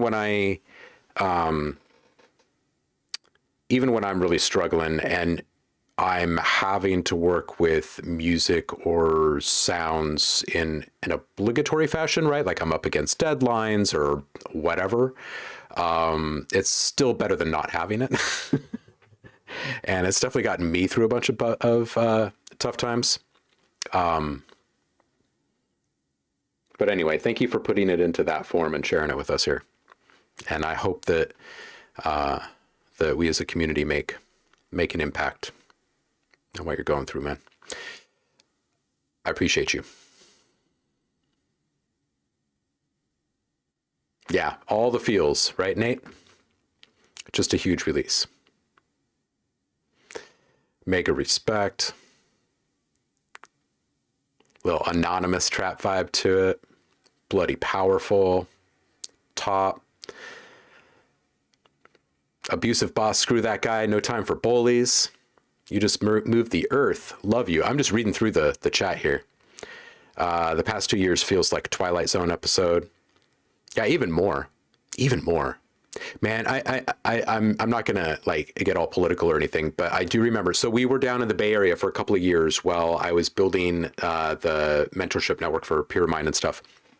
And I remember having a couple of conversations with people there at the doorway, like when you first walk into Pure Mind, and this is like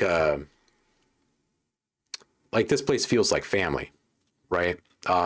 People from all over the place come and learn and make music here, and so everyone is kind of like this kindred spirit. And I remember like I'm about ready to walk out this door and walk down to the street to the next building down, which is where the next set of studios and classrooms are. And I was about to go teach a sound design class, and someone said something along the lines of, I can't believe he's running, of all people. And then the person standing next to them said, I can't believe she's running.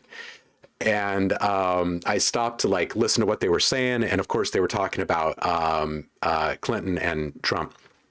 And I remember thinking in that very moment, I'm like, oh, we've got such better options. We've got such better options. I wonder where this is not going to go anywhere. This is not going to go anywhere. And holy shit, it went somewhere. Oh my God. I think about that moment quite a bit. So I feel like it's been a lot more than just a couple of years. And I feel really rotten that my kid is having to grow up in this environment where people have largely lost the capacity to think really critically just for themselves and then have their own strong opinion about something instead of sharing a group's feelings about something, and the group is being driven by someone or something, and it just sucks to have all of that on display as you're trying to raise a really good human in the world. So we all got lots of stuff to vent about, Tremties. I really appreciate you getting the ball rolling.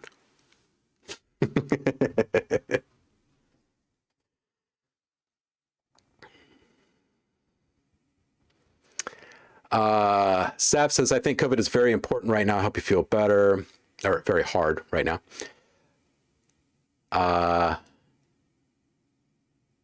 Yeah, I think a lot of people are feeling stuck like that right now too, Sav, for sure. Trouble given the first. I'm feeling the fear of being yourself through this while being sculpted by standardized. Yeah. Trump Tie says, I normally write in a major key. What the hell? Paintball Watcher says, that got me feeling something. So I'll tell you what. One of the things that I'm always preaching about is, you know, our goal as an artist. Like there's lots of reasons why we make music and sound and all these things that we do, right? But our goals are, one of our main goals as an artist should really be, I think, trying to transform the relationship that we have with those observing our art. We don't want them to observe our art. We want them to experience it. We don't want them to be a passive viewer or listener. We want them to be an engaged participant on some level. So Tremties, I would say that we have had more of a reaction to this than anything else today. And I think it's because everyone is feeling the same shit right now. Word. A bad idea from the very beginning. Word.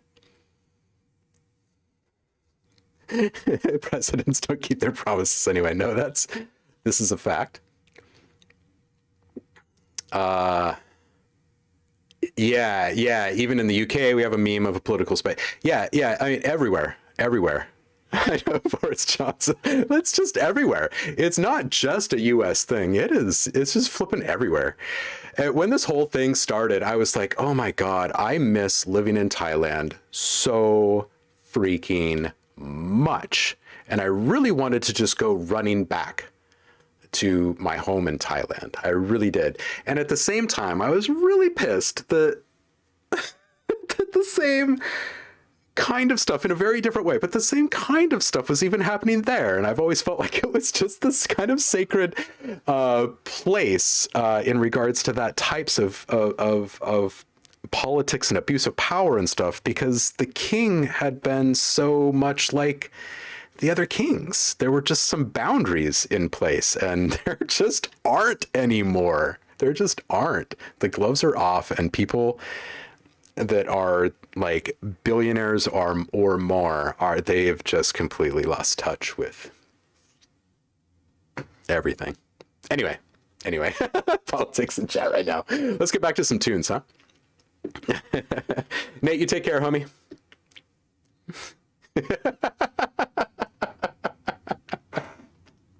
And his hair is weird too, right? Oh yeah, Paul, it is sort of authoritarian. Like, you know, you couldn't like speak poorly about the king, right? You would absolutely be taken care of. There are obviously problems in every single place. Not any one place is perfect. I've never been to Bhutan though, so I can't say that with absolute certainty. I would really like to go to Bhutan at some point.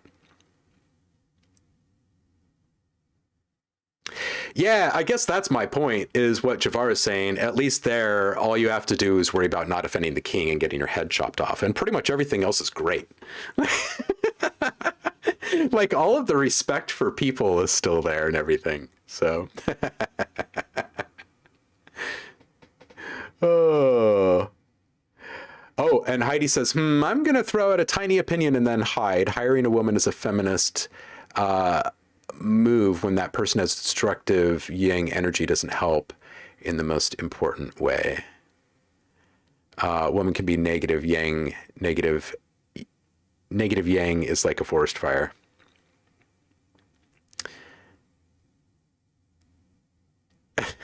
Yeah, at least Bojo isn't publicly homophobic, right?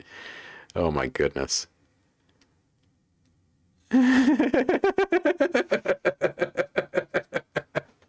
I don't know how many people take any of these things seriously. It's the ones that do that worry me. Oh man. Oh man. Yeah, that volcano, right, Samaritans? Dude. Scene of him catching a wine. No, I haven't. No, I haven't. All right.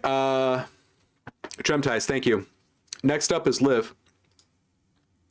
Liv is saying, okay, this is very rough. Only started writing this about a little over a day ago. I'm writing for a vocalist that we're working with, so I've intentionally left space for where she'll be singing.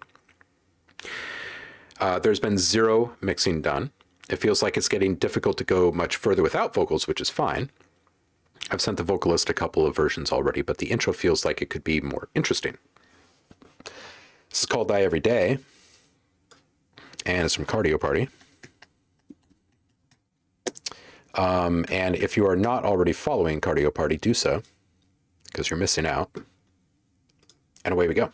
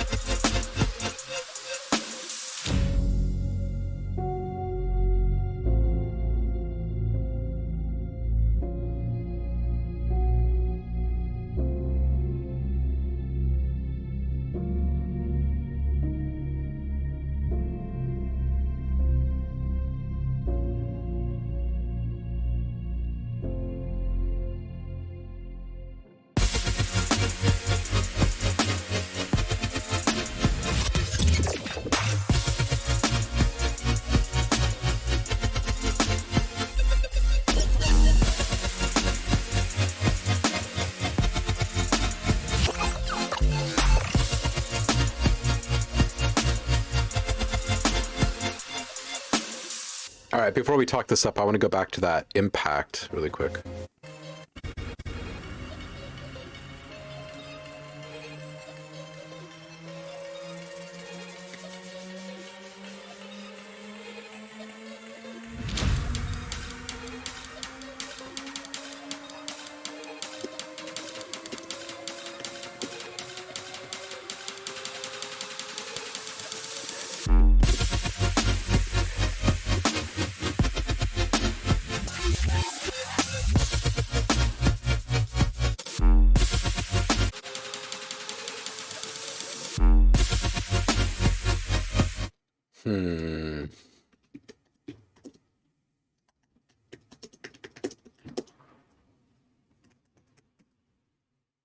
All right.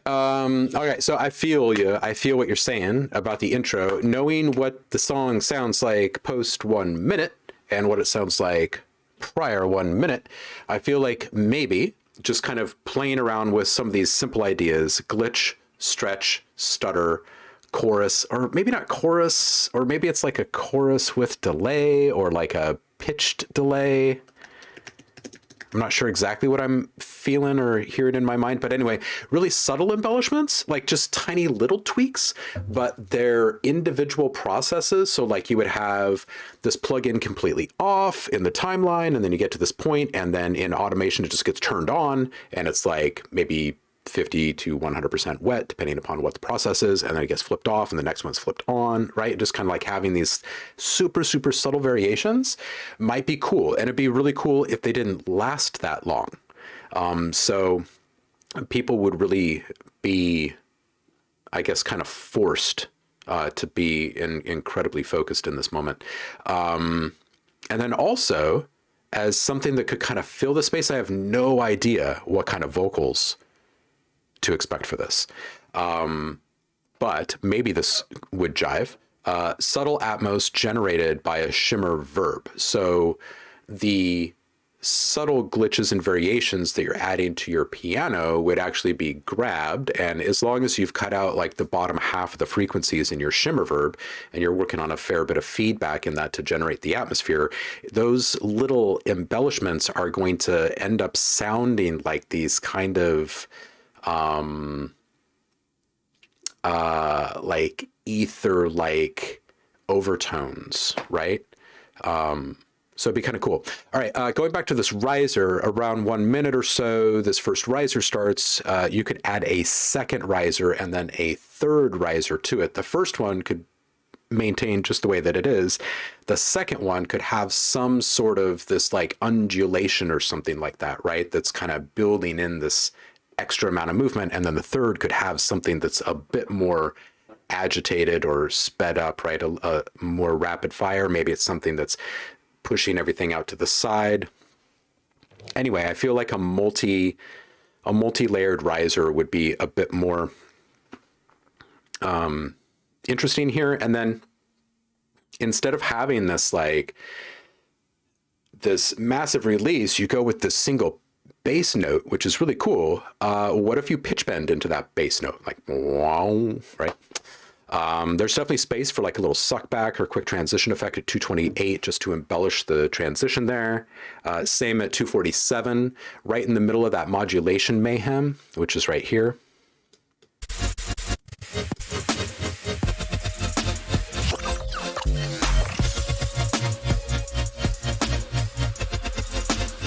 I guess it was more like 245 or so. But anyway, that tiny little twist up, I think if you put a little transition effect in that same exact spot, like right in the middle of that, it would feel really cool. Instant mood at 305. 317, like maybe a full stop right before the full mix again, or a filter down or a wind down, something that bring like some sort of downward motion there. Make them question for just a split second if that was the surprise ending. All right, let's see what chat is saying about all of this.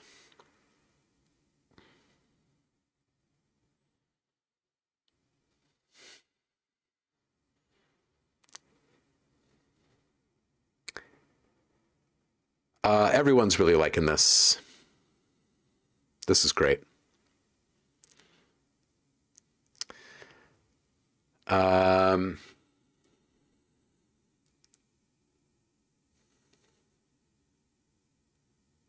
my goodness, Indremia. Usually when that kind of stuff happens, that means that the person is not very secure in their understanding of things. They're very offended easily, and who knows why. Nice freaking tune. Ash, welcome in. Happy Friday.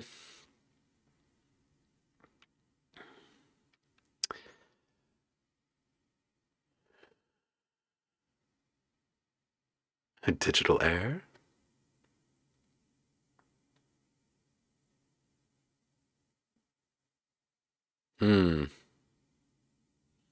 Yeah, it does need to breathe for just a second in that one spot, right? Yeah.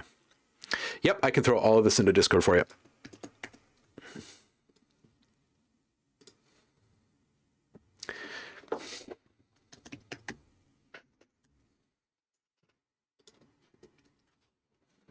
All right, up next, Miss Pentagran.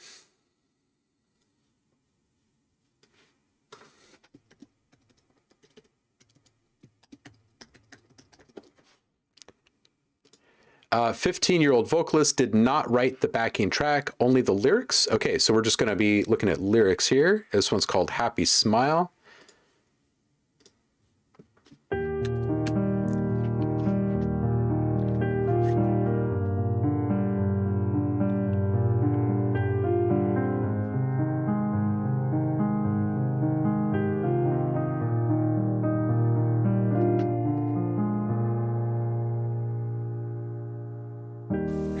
In a world without a guide,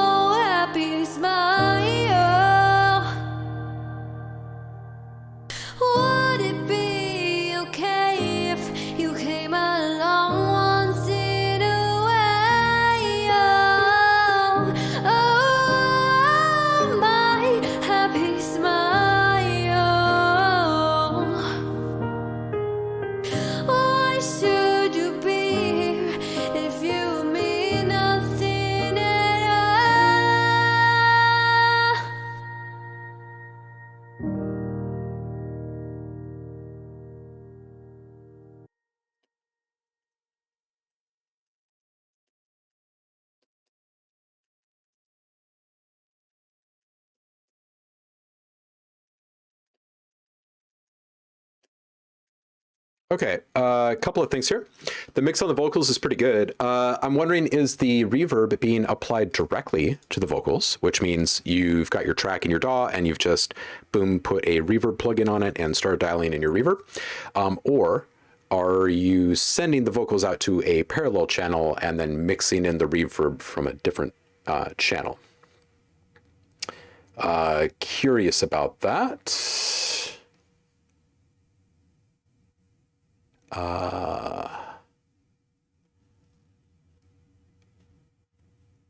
And it is fine if you're not in the chat right now and able to answer that. You'll see this in the VOD, I'm assuming. Have no mic, can't afford one, literally using my headphones. Oh, really? Oh, really? Okay, well, this actually sounds really good for that then, honestly. The only thing that can really improve this for you in regards to singing, like both performance and capture and mixing, is practice, time, and gear. That's it. The gear can come last, and the practice you can do anytime.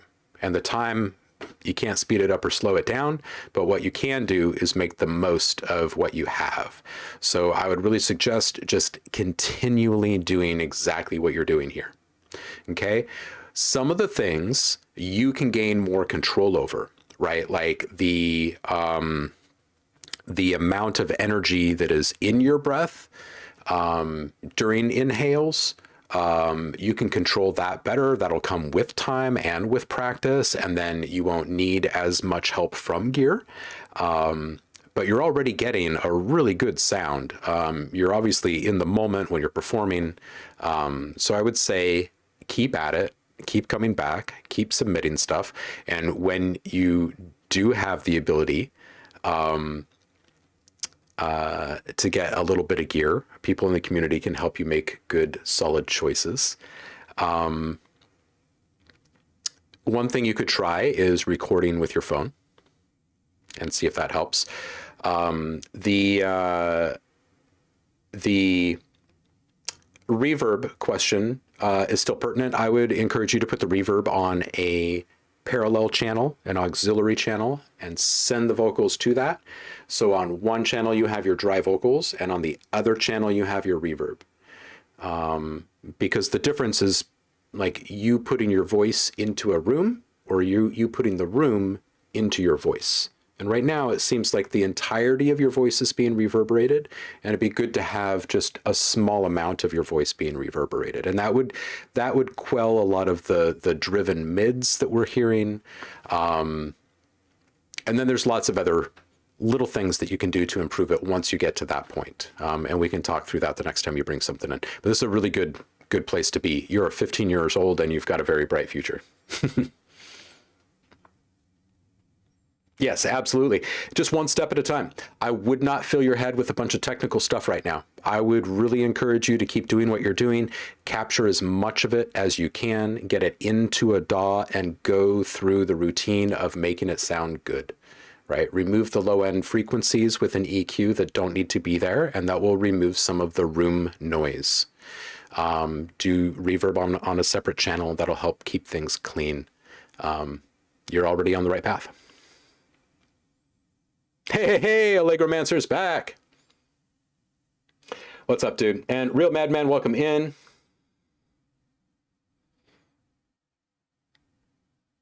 Saf says better than me at 16.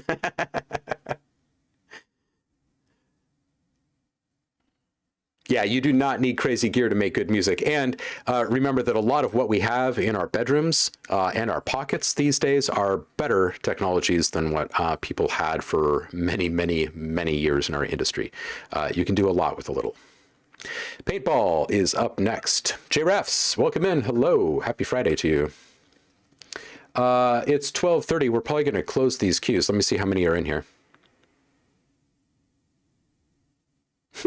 I like that Jafar told us he stepped out of the room for a minute. That's hilarious.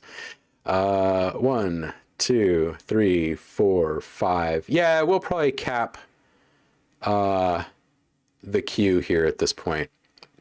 Paintball is up next. And away we go. This one, Paintball saying, yo, I am 17 years old from London, just started producing 3 to 4 weeks ago. 3 to 4 weeks ago. Well, hey, I'm glad that you found us right away. This is my first attempt at a full beat. Any feedback is appreciated. All right, 140 BPM. Here we go.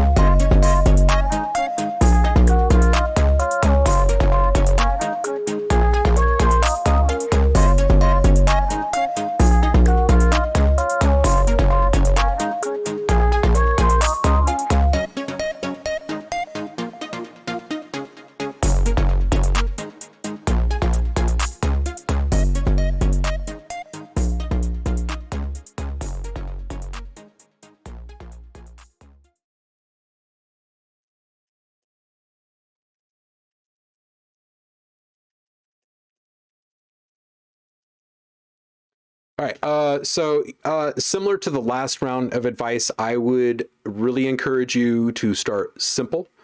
This is good. You've been doing this for 3 to 4 weeks. I'm assuming that you're working mostly with samples here. Serum, okay.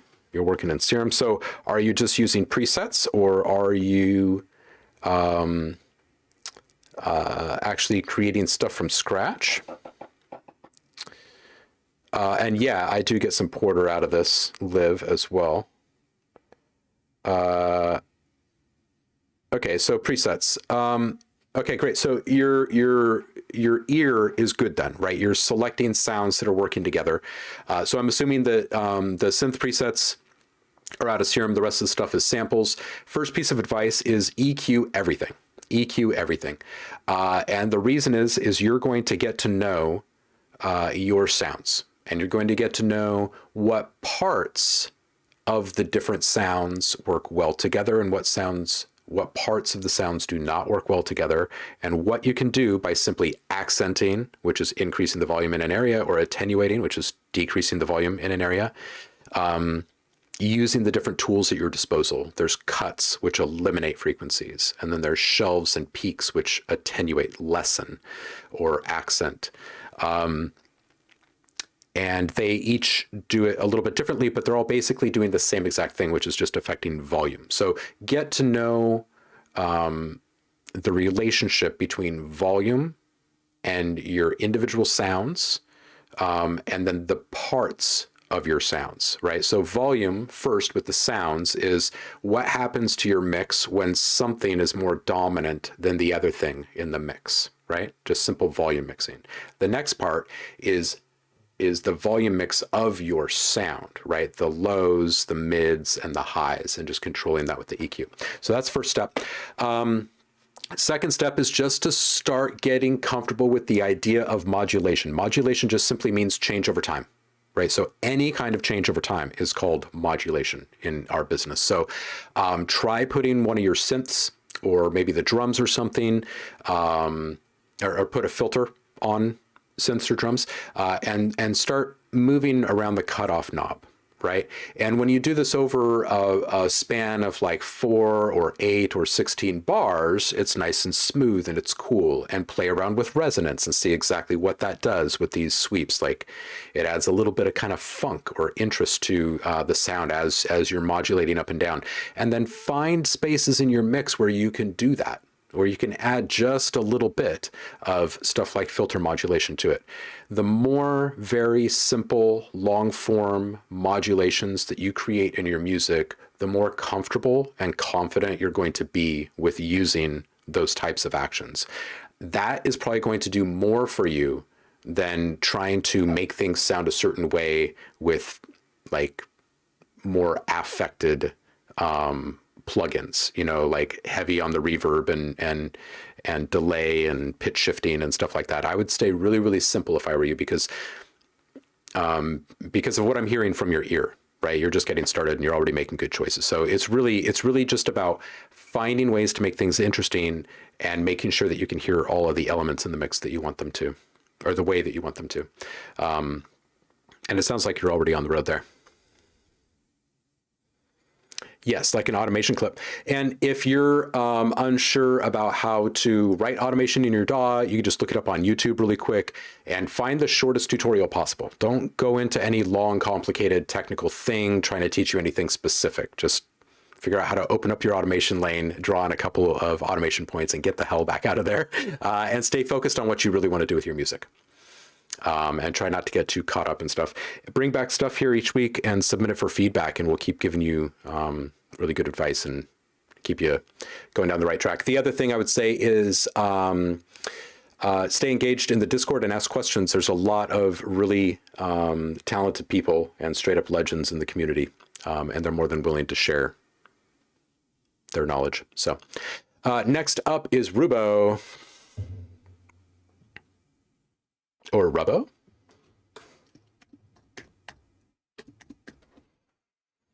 right, this one's called Fucked Up.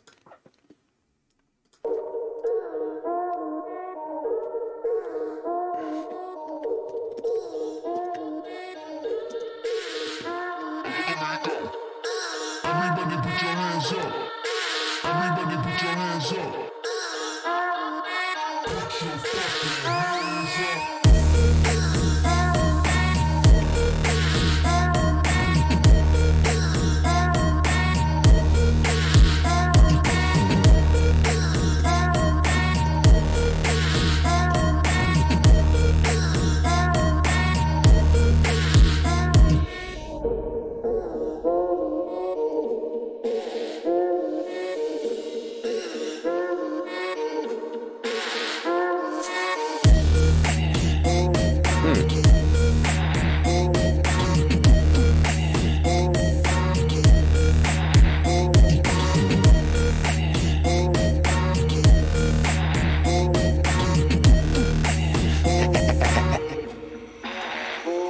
Thank you, Drebia.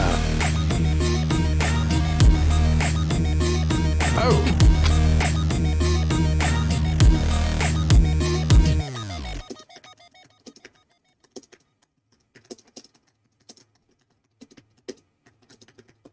All right, here we go.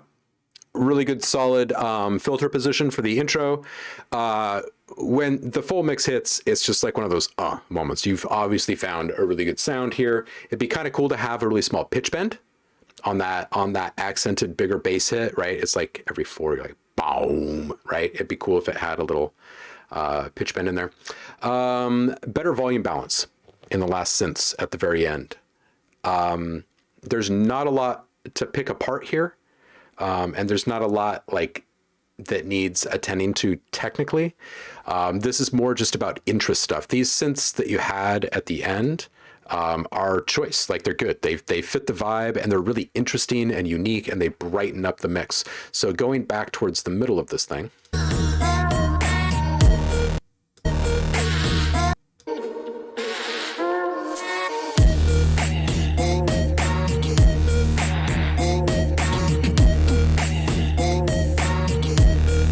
I'm hearing like some gating and some stuttering, some well-placed small transition effects, and fills. I think that this is the kind of vibe that'd be great to have a random little stop and a little do-do-do-do, right?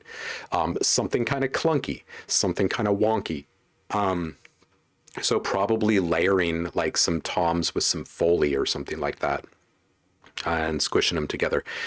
So in other words, get creative. Like, I like the bare bones skeleton that you've got here, and it's just time to let us hear what kind of freaky ideas you have. Honestly, that's really where you are with this one. There's not a lot to tell you to do differently here. Just, I'd like to hear more of you.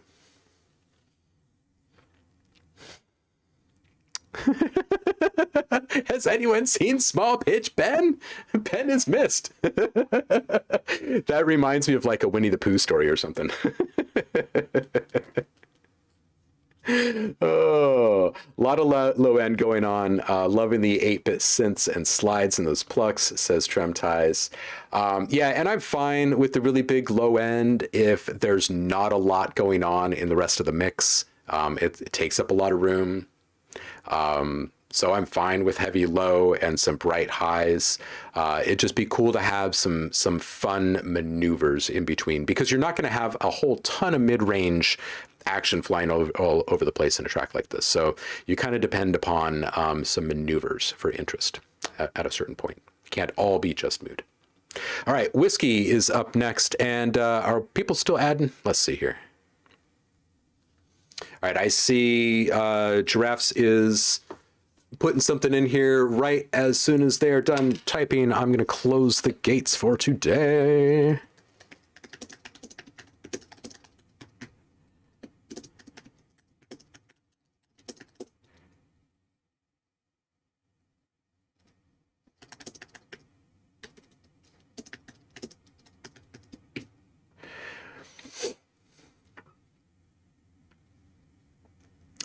Giraffes, you are clear to post that if you want. Whiskey, you are up. Whiskey is our current reigning champion in the community.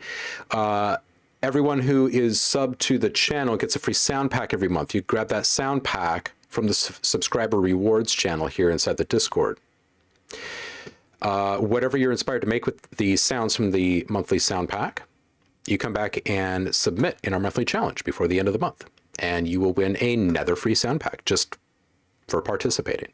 Whiskey won last month's challenge, so he holds the tie-breaking vote this month, and I believe we're going to get the chance to meet him, which is also great, because he's been in the community for a minute now, and we haven't had the chance to do that yet. He's saying here, cooking up some D&B halftime, started a couple days ago, trying something new, and I like the Dr. Seuss image here. 100 proof.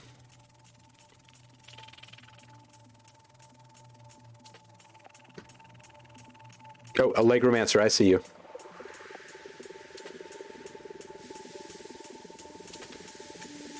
We'll just boogie through these last couple here, you guys.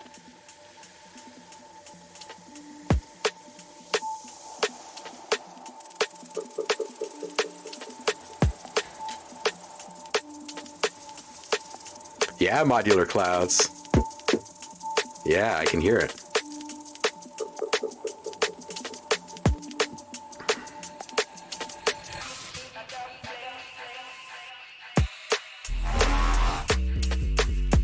Oh.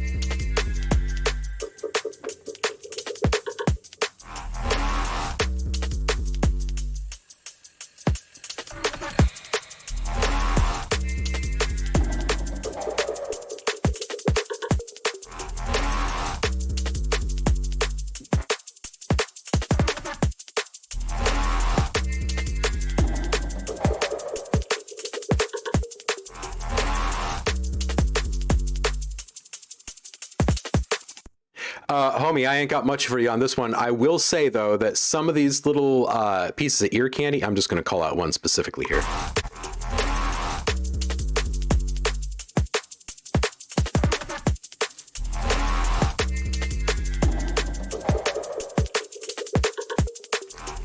So like those last little perks right there, you've obviously got some stuff that's reverberated in there and then some stuff that isn't. But what about stuff that gets reverberated as it's being delivered? Because if there was just like the last little hit of that perk was like drenched in reverb, I think it sounded really cool. There was also like a grimy little bass slide in there that would have sounded really cool if you would like lean into like a comb filter delay like halfway through it or something like that. So maybe just kind of playing around with modulation maneuvers out of the delivery. Yeah, right? You feeling that? Yeah, it would feel like and better. So do that. Yeah, it would suit this great. Boom. Let's do that. All right, on to the next. And thank you so much. Ash XZ, 15-year-old producer based in Australia, Adelaide. We've had some young folks in today. I've been producing for 2.5 years now, and I'm currently experimenting with the genre-based trap. I've only made a few demos that haven't turned out how I wanted it, but I feel like this one has a chance. Please, can I get your honest feedback? Would be greatly appreciated. Oh, and I also made the cover art and want some feedback on how I can improve it. Thank you. Cool. So this one is called Marked.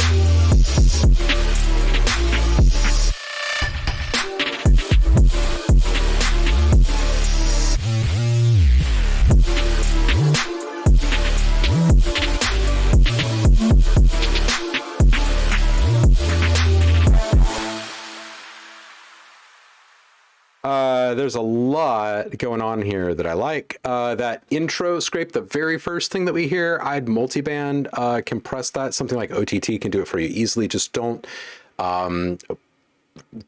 even hassle with the downward compression. Just focus on the upward compression there and make it open, and focus on the mid frequency band there.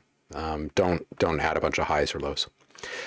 It'll increase your clarity and presence on that. At 28 seconds, just absolutely fantastic. The way that you like unveil the entire mix there. At 38 seconds, I think it's a little busy in the background. It's really cool right before that, but I think that a few of the things that you've got in that mix can just simply be eliminated as you go into that busier space. You're not going to miss it. you're not going to miss it. With it there, it feels a little bit hard to focus on the newer things that you're introducing. Like ears are being pulled toward the side still. At 48 seconds, there might be too much low end and a few conflicting elements here. So what I would do is I would just kind of blow up your tracks and look at the EQ on everything as it's playing. And if there's anything below like 200 or 150 on that mess of sounds right there in that small pocket of time, basically just eliminate it. You can keep the low end in one of the sounds, but there's just too many slow moving frequencies for the rapid articulation and layering and movement that's happening there all at the same time. So those frequencies just kind of hit together. But without those lowest frequencies in a couple of those layers, everything should open up and it should feel really nice. 111, this is fun. It's got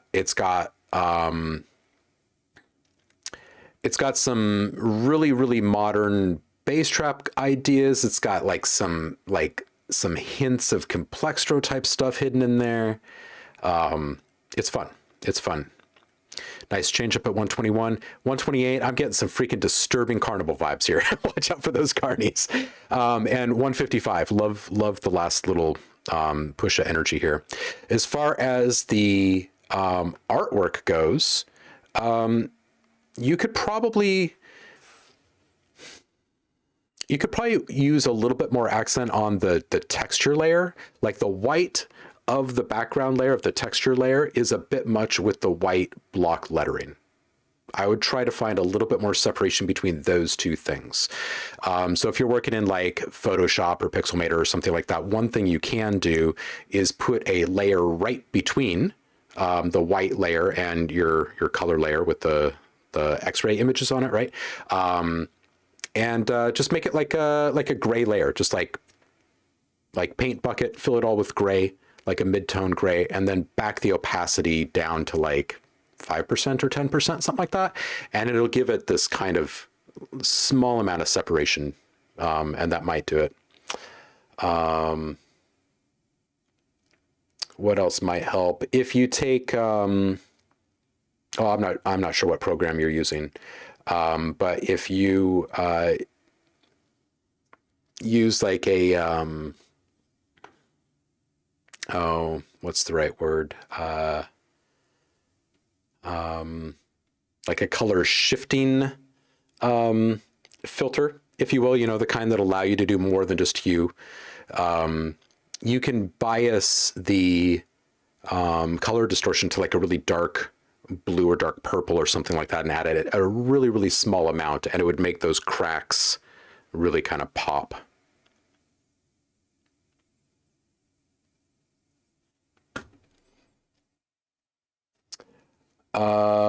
Tremtize is pointing out that the kick is distorted. I would probably take a look at all of the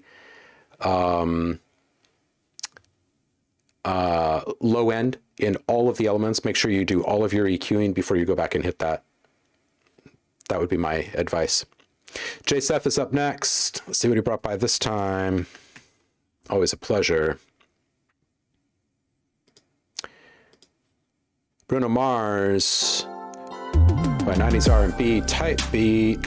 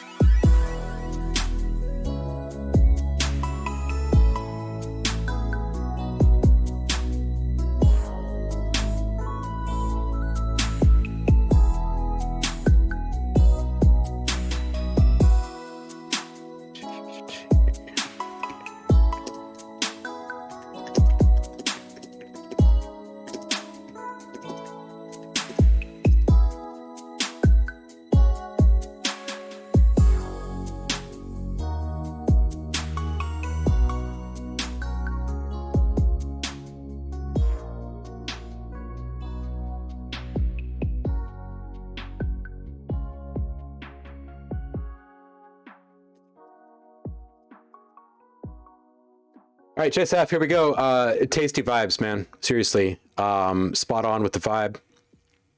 Very true to the era. And this pick is just amazing. The kick seems just a little bit long. Like the decay of it seems just a touch long, and it's just a little bit loud. If we were to bring it down, it feels a bit more like a club track loudness, and it needs to come down just a little bit to be a bit more in line with the R&B thing, I think.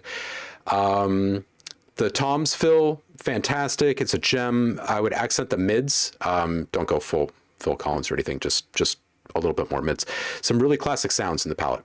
Really, really seriously. The clap and the cowbell from the 808 both sound a little dry.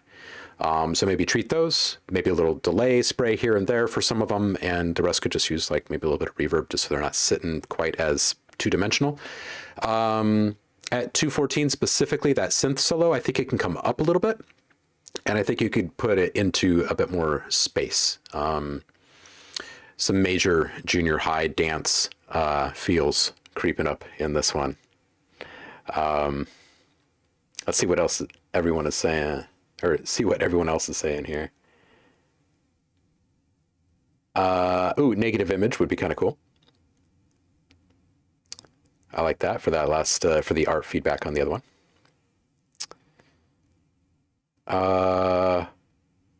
Trim Ties, this sounds almost identical to an 80s song from Denmark. It's so surreal. That's awesome.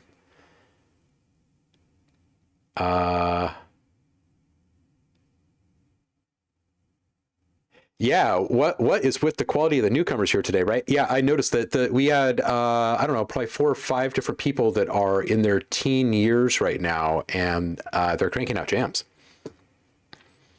Yeah, they do have a lot of access to some pretty good stuff, and some people are sharing freely, helping them out. Yeah, the filter out.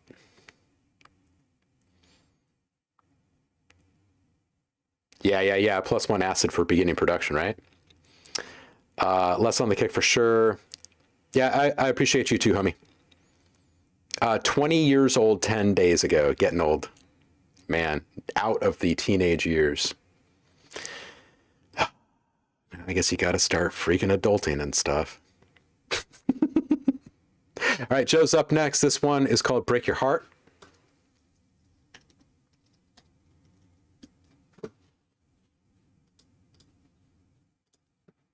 She dies to talk to you. Oh, Kwame, we'll get you. She's And Allegro Mancer, I got you too. type of girl, yeah. She's gonna break, yeah. She's gonna break your heart, break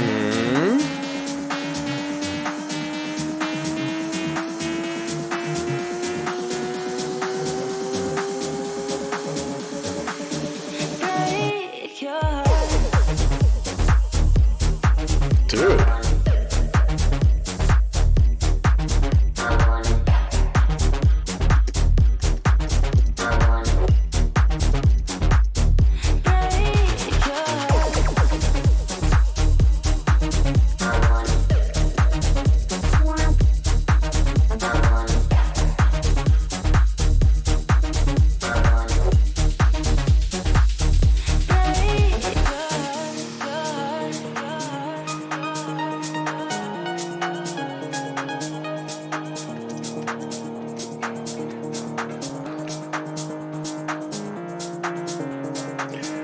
No illusions, welcome in.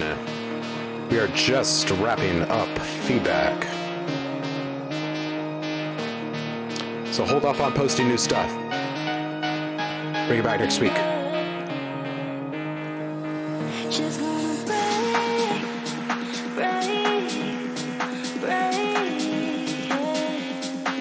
She's gonna break your heart.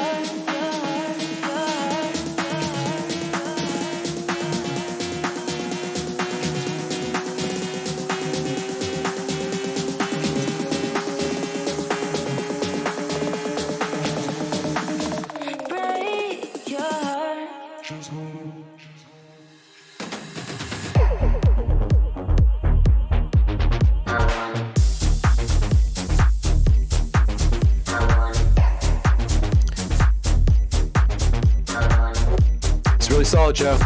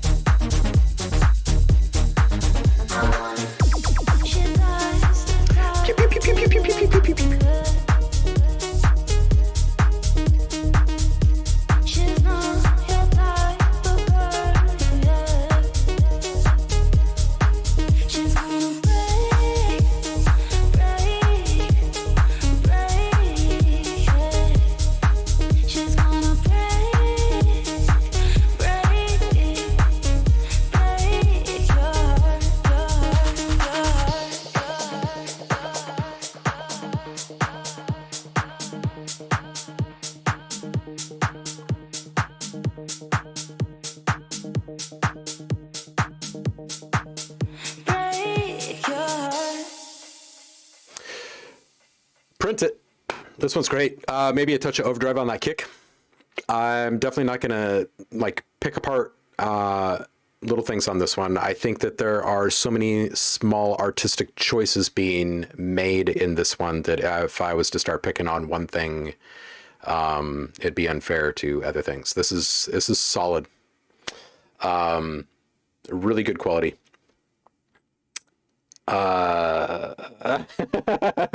Yeah, we've got a little nostalgia vibe happening today too. Yeah, Joe, I really don't have anything to pick apart here. Thank you for being so patient and getting to such little feedback. And thank you for bringing a banger. This is really good stuff. I'm going to dip down here to Allegro Mancer really quick, and then we're going to get back up to Giraffes and Kwame. Kwame, how are the piano lessons doing, homie? All right, Allegro says, so this is only about halfway done. Still want to add a bridge type section where it currently ends, and then probably some type of recap of the chorus after that. But it would be cool to know if I'm heading in the right direction. All right, so this one's called Sycro's Hot Take. And it's from Allegro Mancer. Let's roll.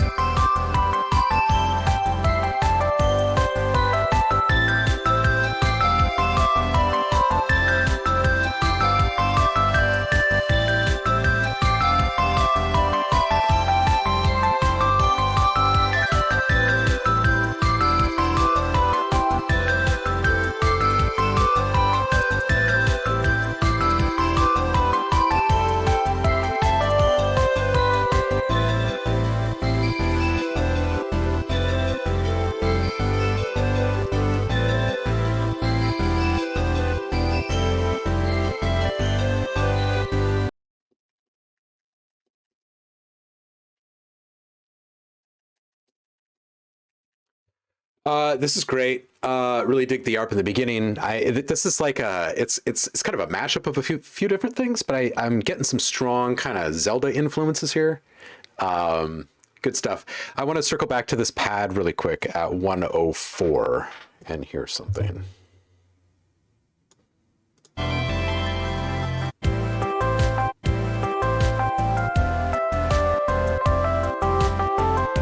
All right, so it's just a bum, bum, bum, bum, bum, that one. I think it just come down a couple decibels. Really familiar. This whole thing feels really familiar, like it's a modern day reinterpretation of something that I spent time with as a kid or something. The last higher synth towards the end there, it gets a little chirpy up top, so I wouldn't be afraid to like put a filter modulation on that and just kind of ride it long form. People are saying this is awesome. Like the counter melodies. It does have a bit of Pat Metheny to it as well. Yeah, it's definitely coming through loud and clear, the synthwave and the video game stuff. The 80s drum fill was quite memorable as well. And I'm liking what Paul is saying here about the lead voices and the harmonization opportunities, strings, good stuff. Yeah, Allegro, this is a fun one. And I would chase it. Probably use the Rhodes voice a bit much. Maybe, yeah. But I do think that the palette is pretty solid. I would be interested in hearing an exploration of what Paul is speaking to there. Okay, Giraffes, you are up. Still working on this one. Don't usually make this genre, but I gave it a shot. Here we go.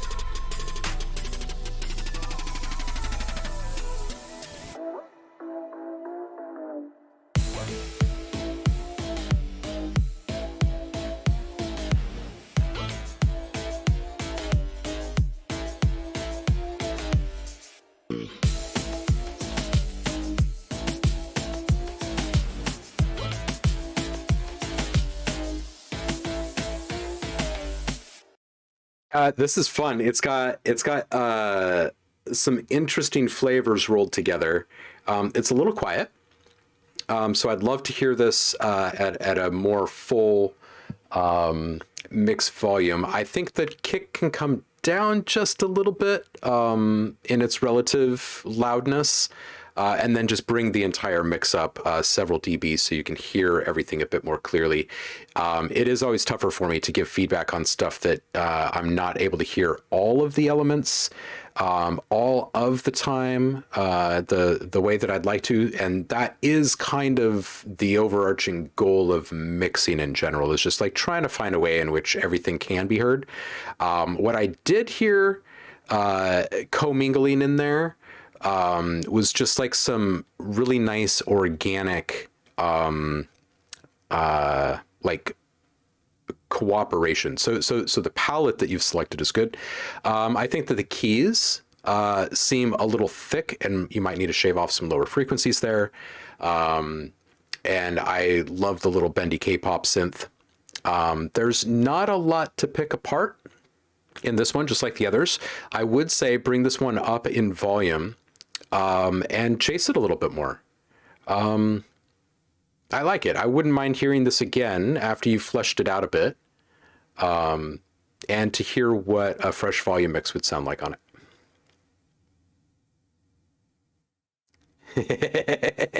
Here's your pitch bend, you filthy animal. I see you, Trouble Giver.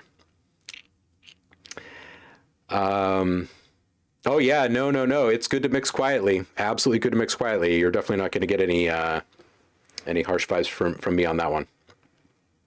Granular for breakfast. Yeah, granular for breakfast all the time. All right, Kwame.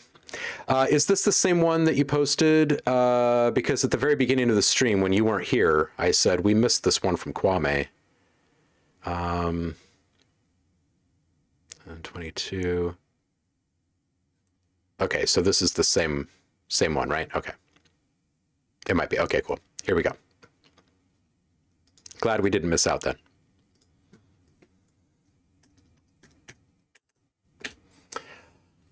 Da da da da da.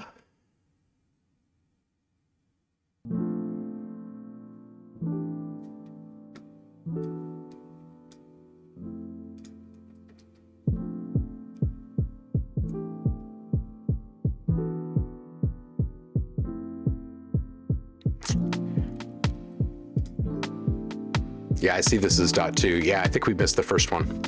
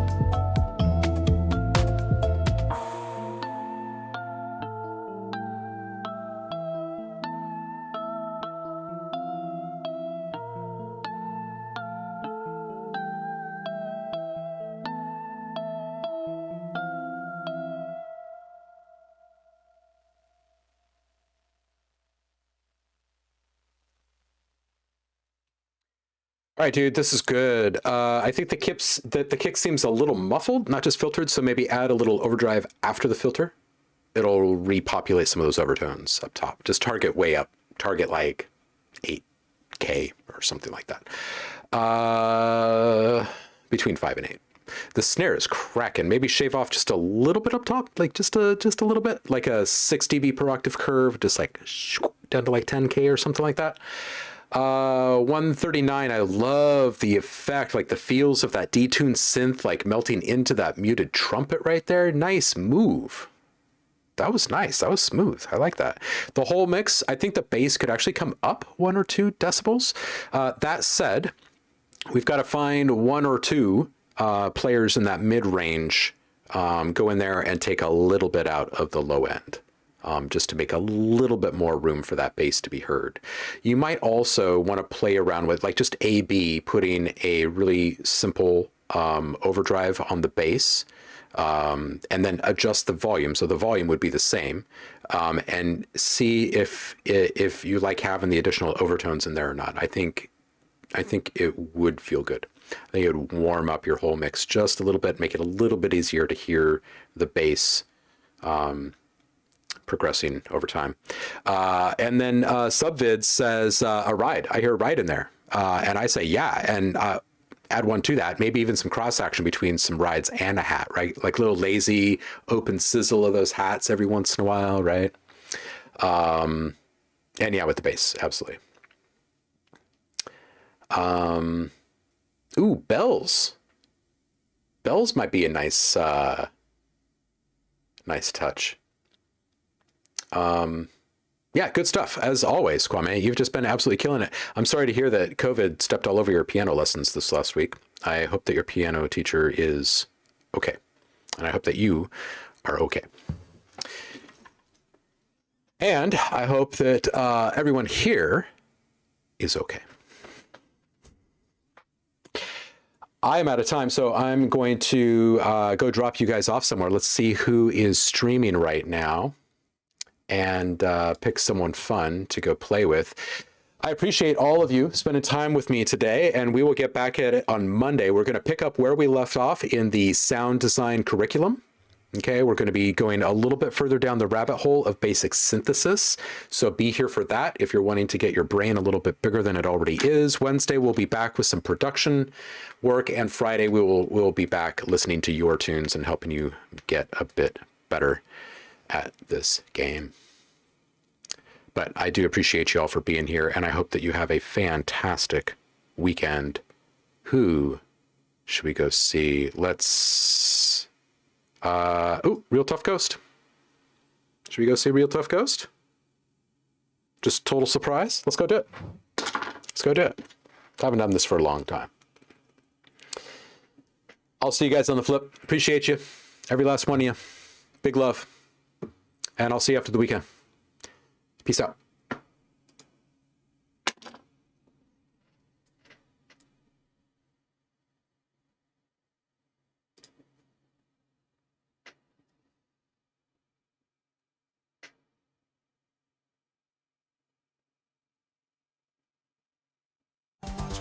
What's up, OhmLab? Thanks for the raid. You are now on the FemHouse raid train. Welcome. We've got a whole day of raiding beautiful DJs, streamers, ladies, and non-binary folks. That is the FemHouse raid train. FemHouse Friday.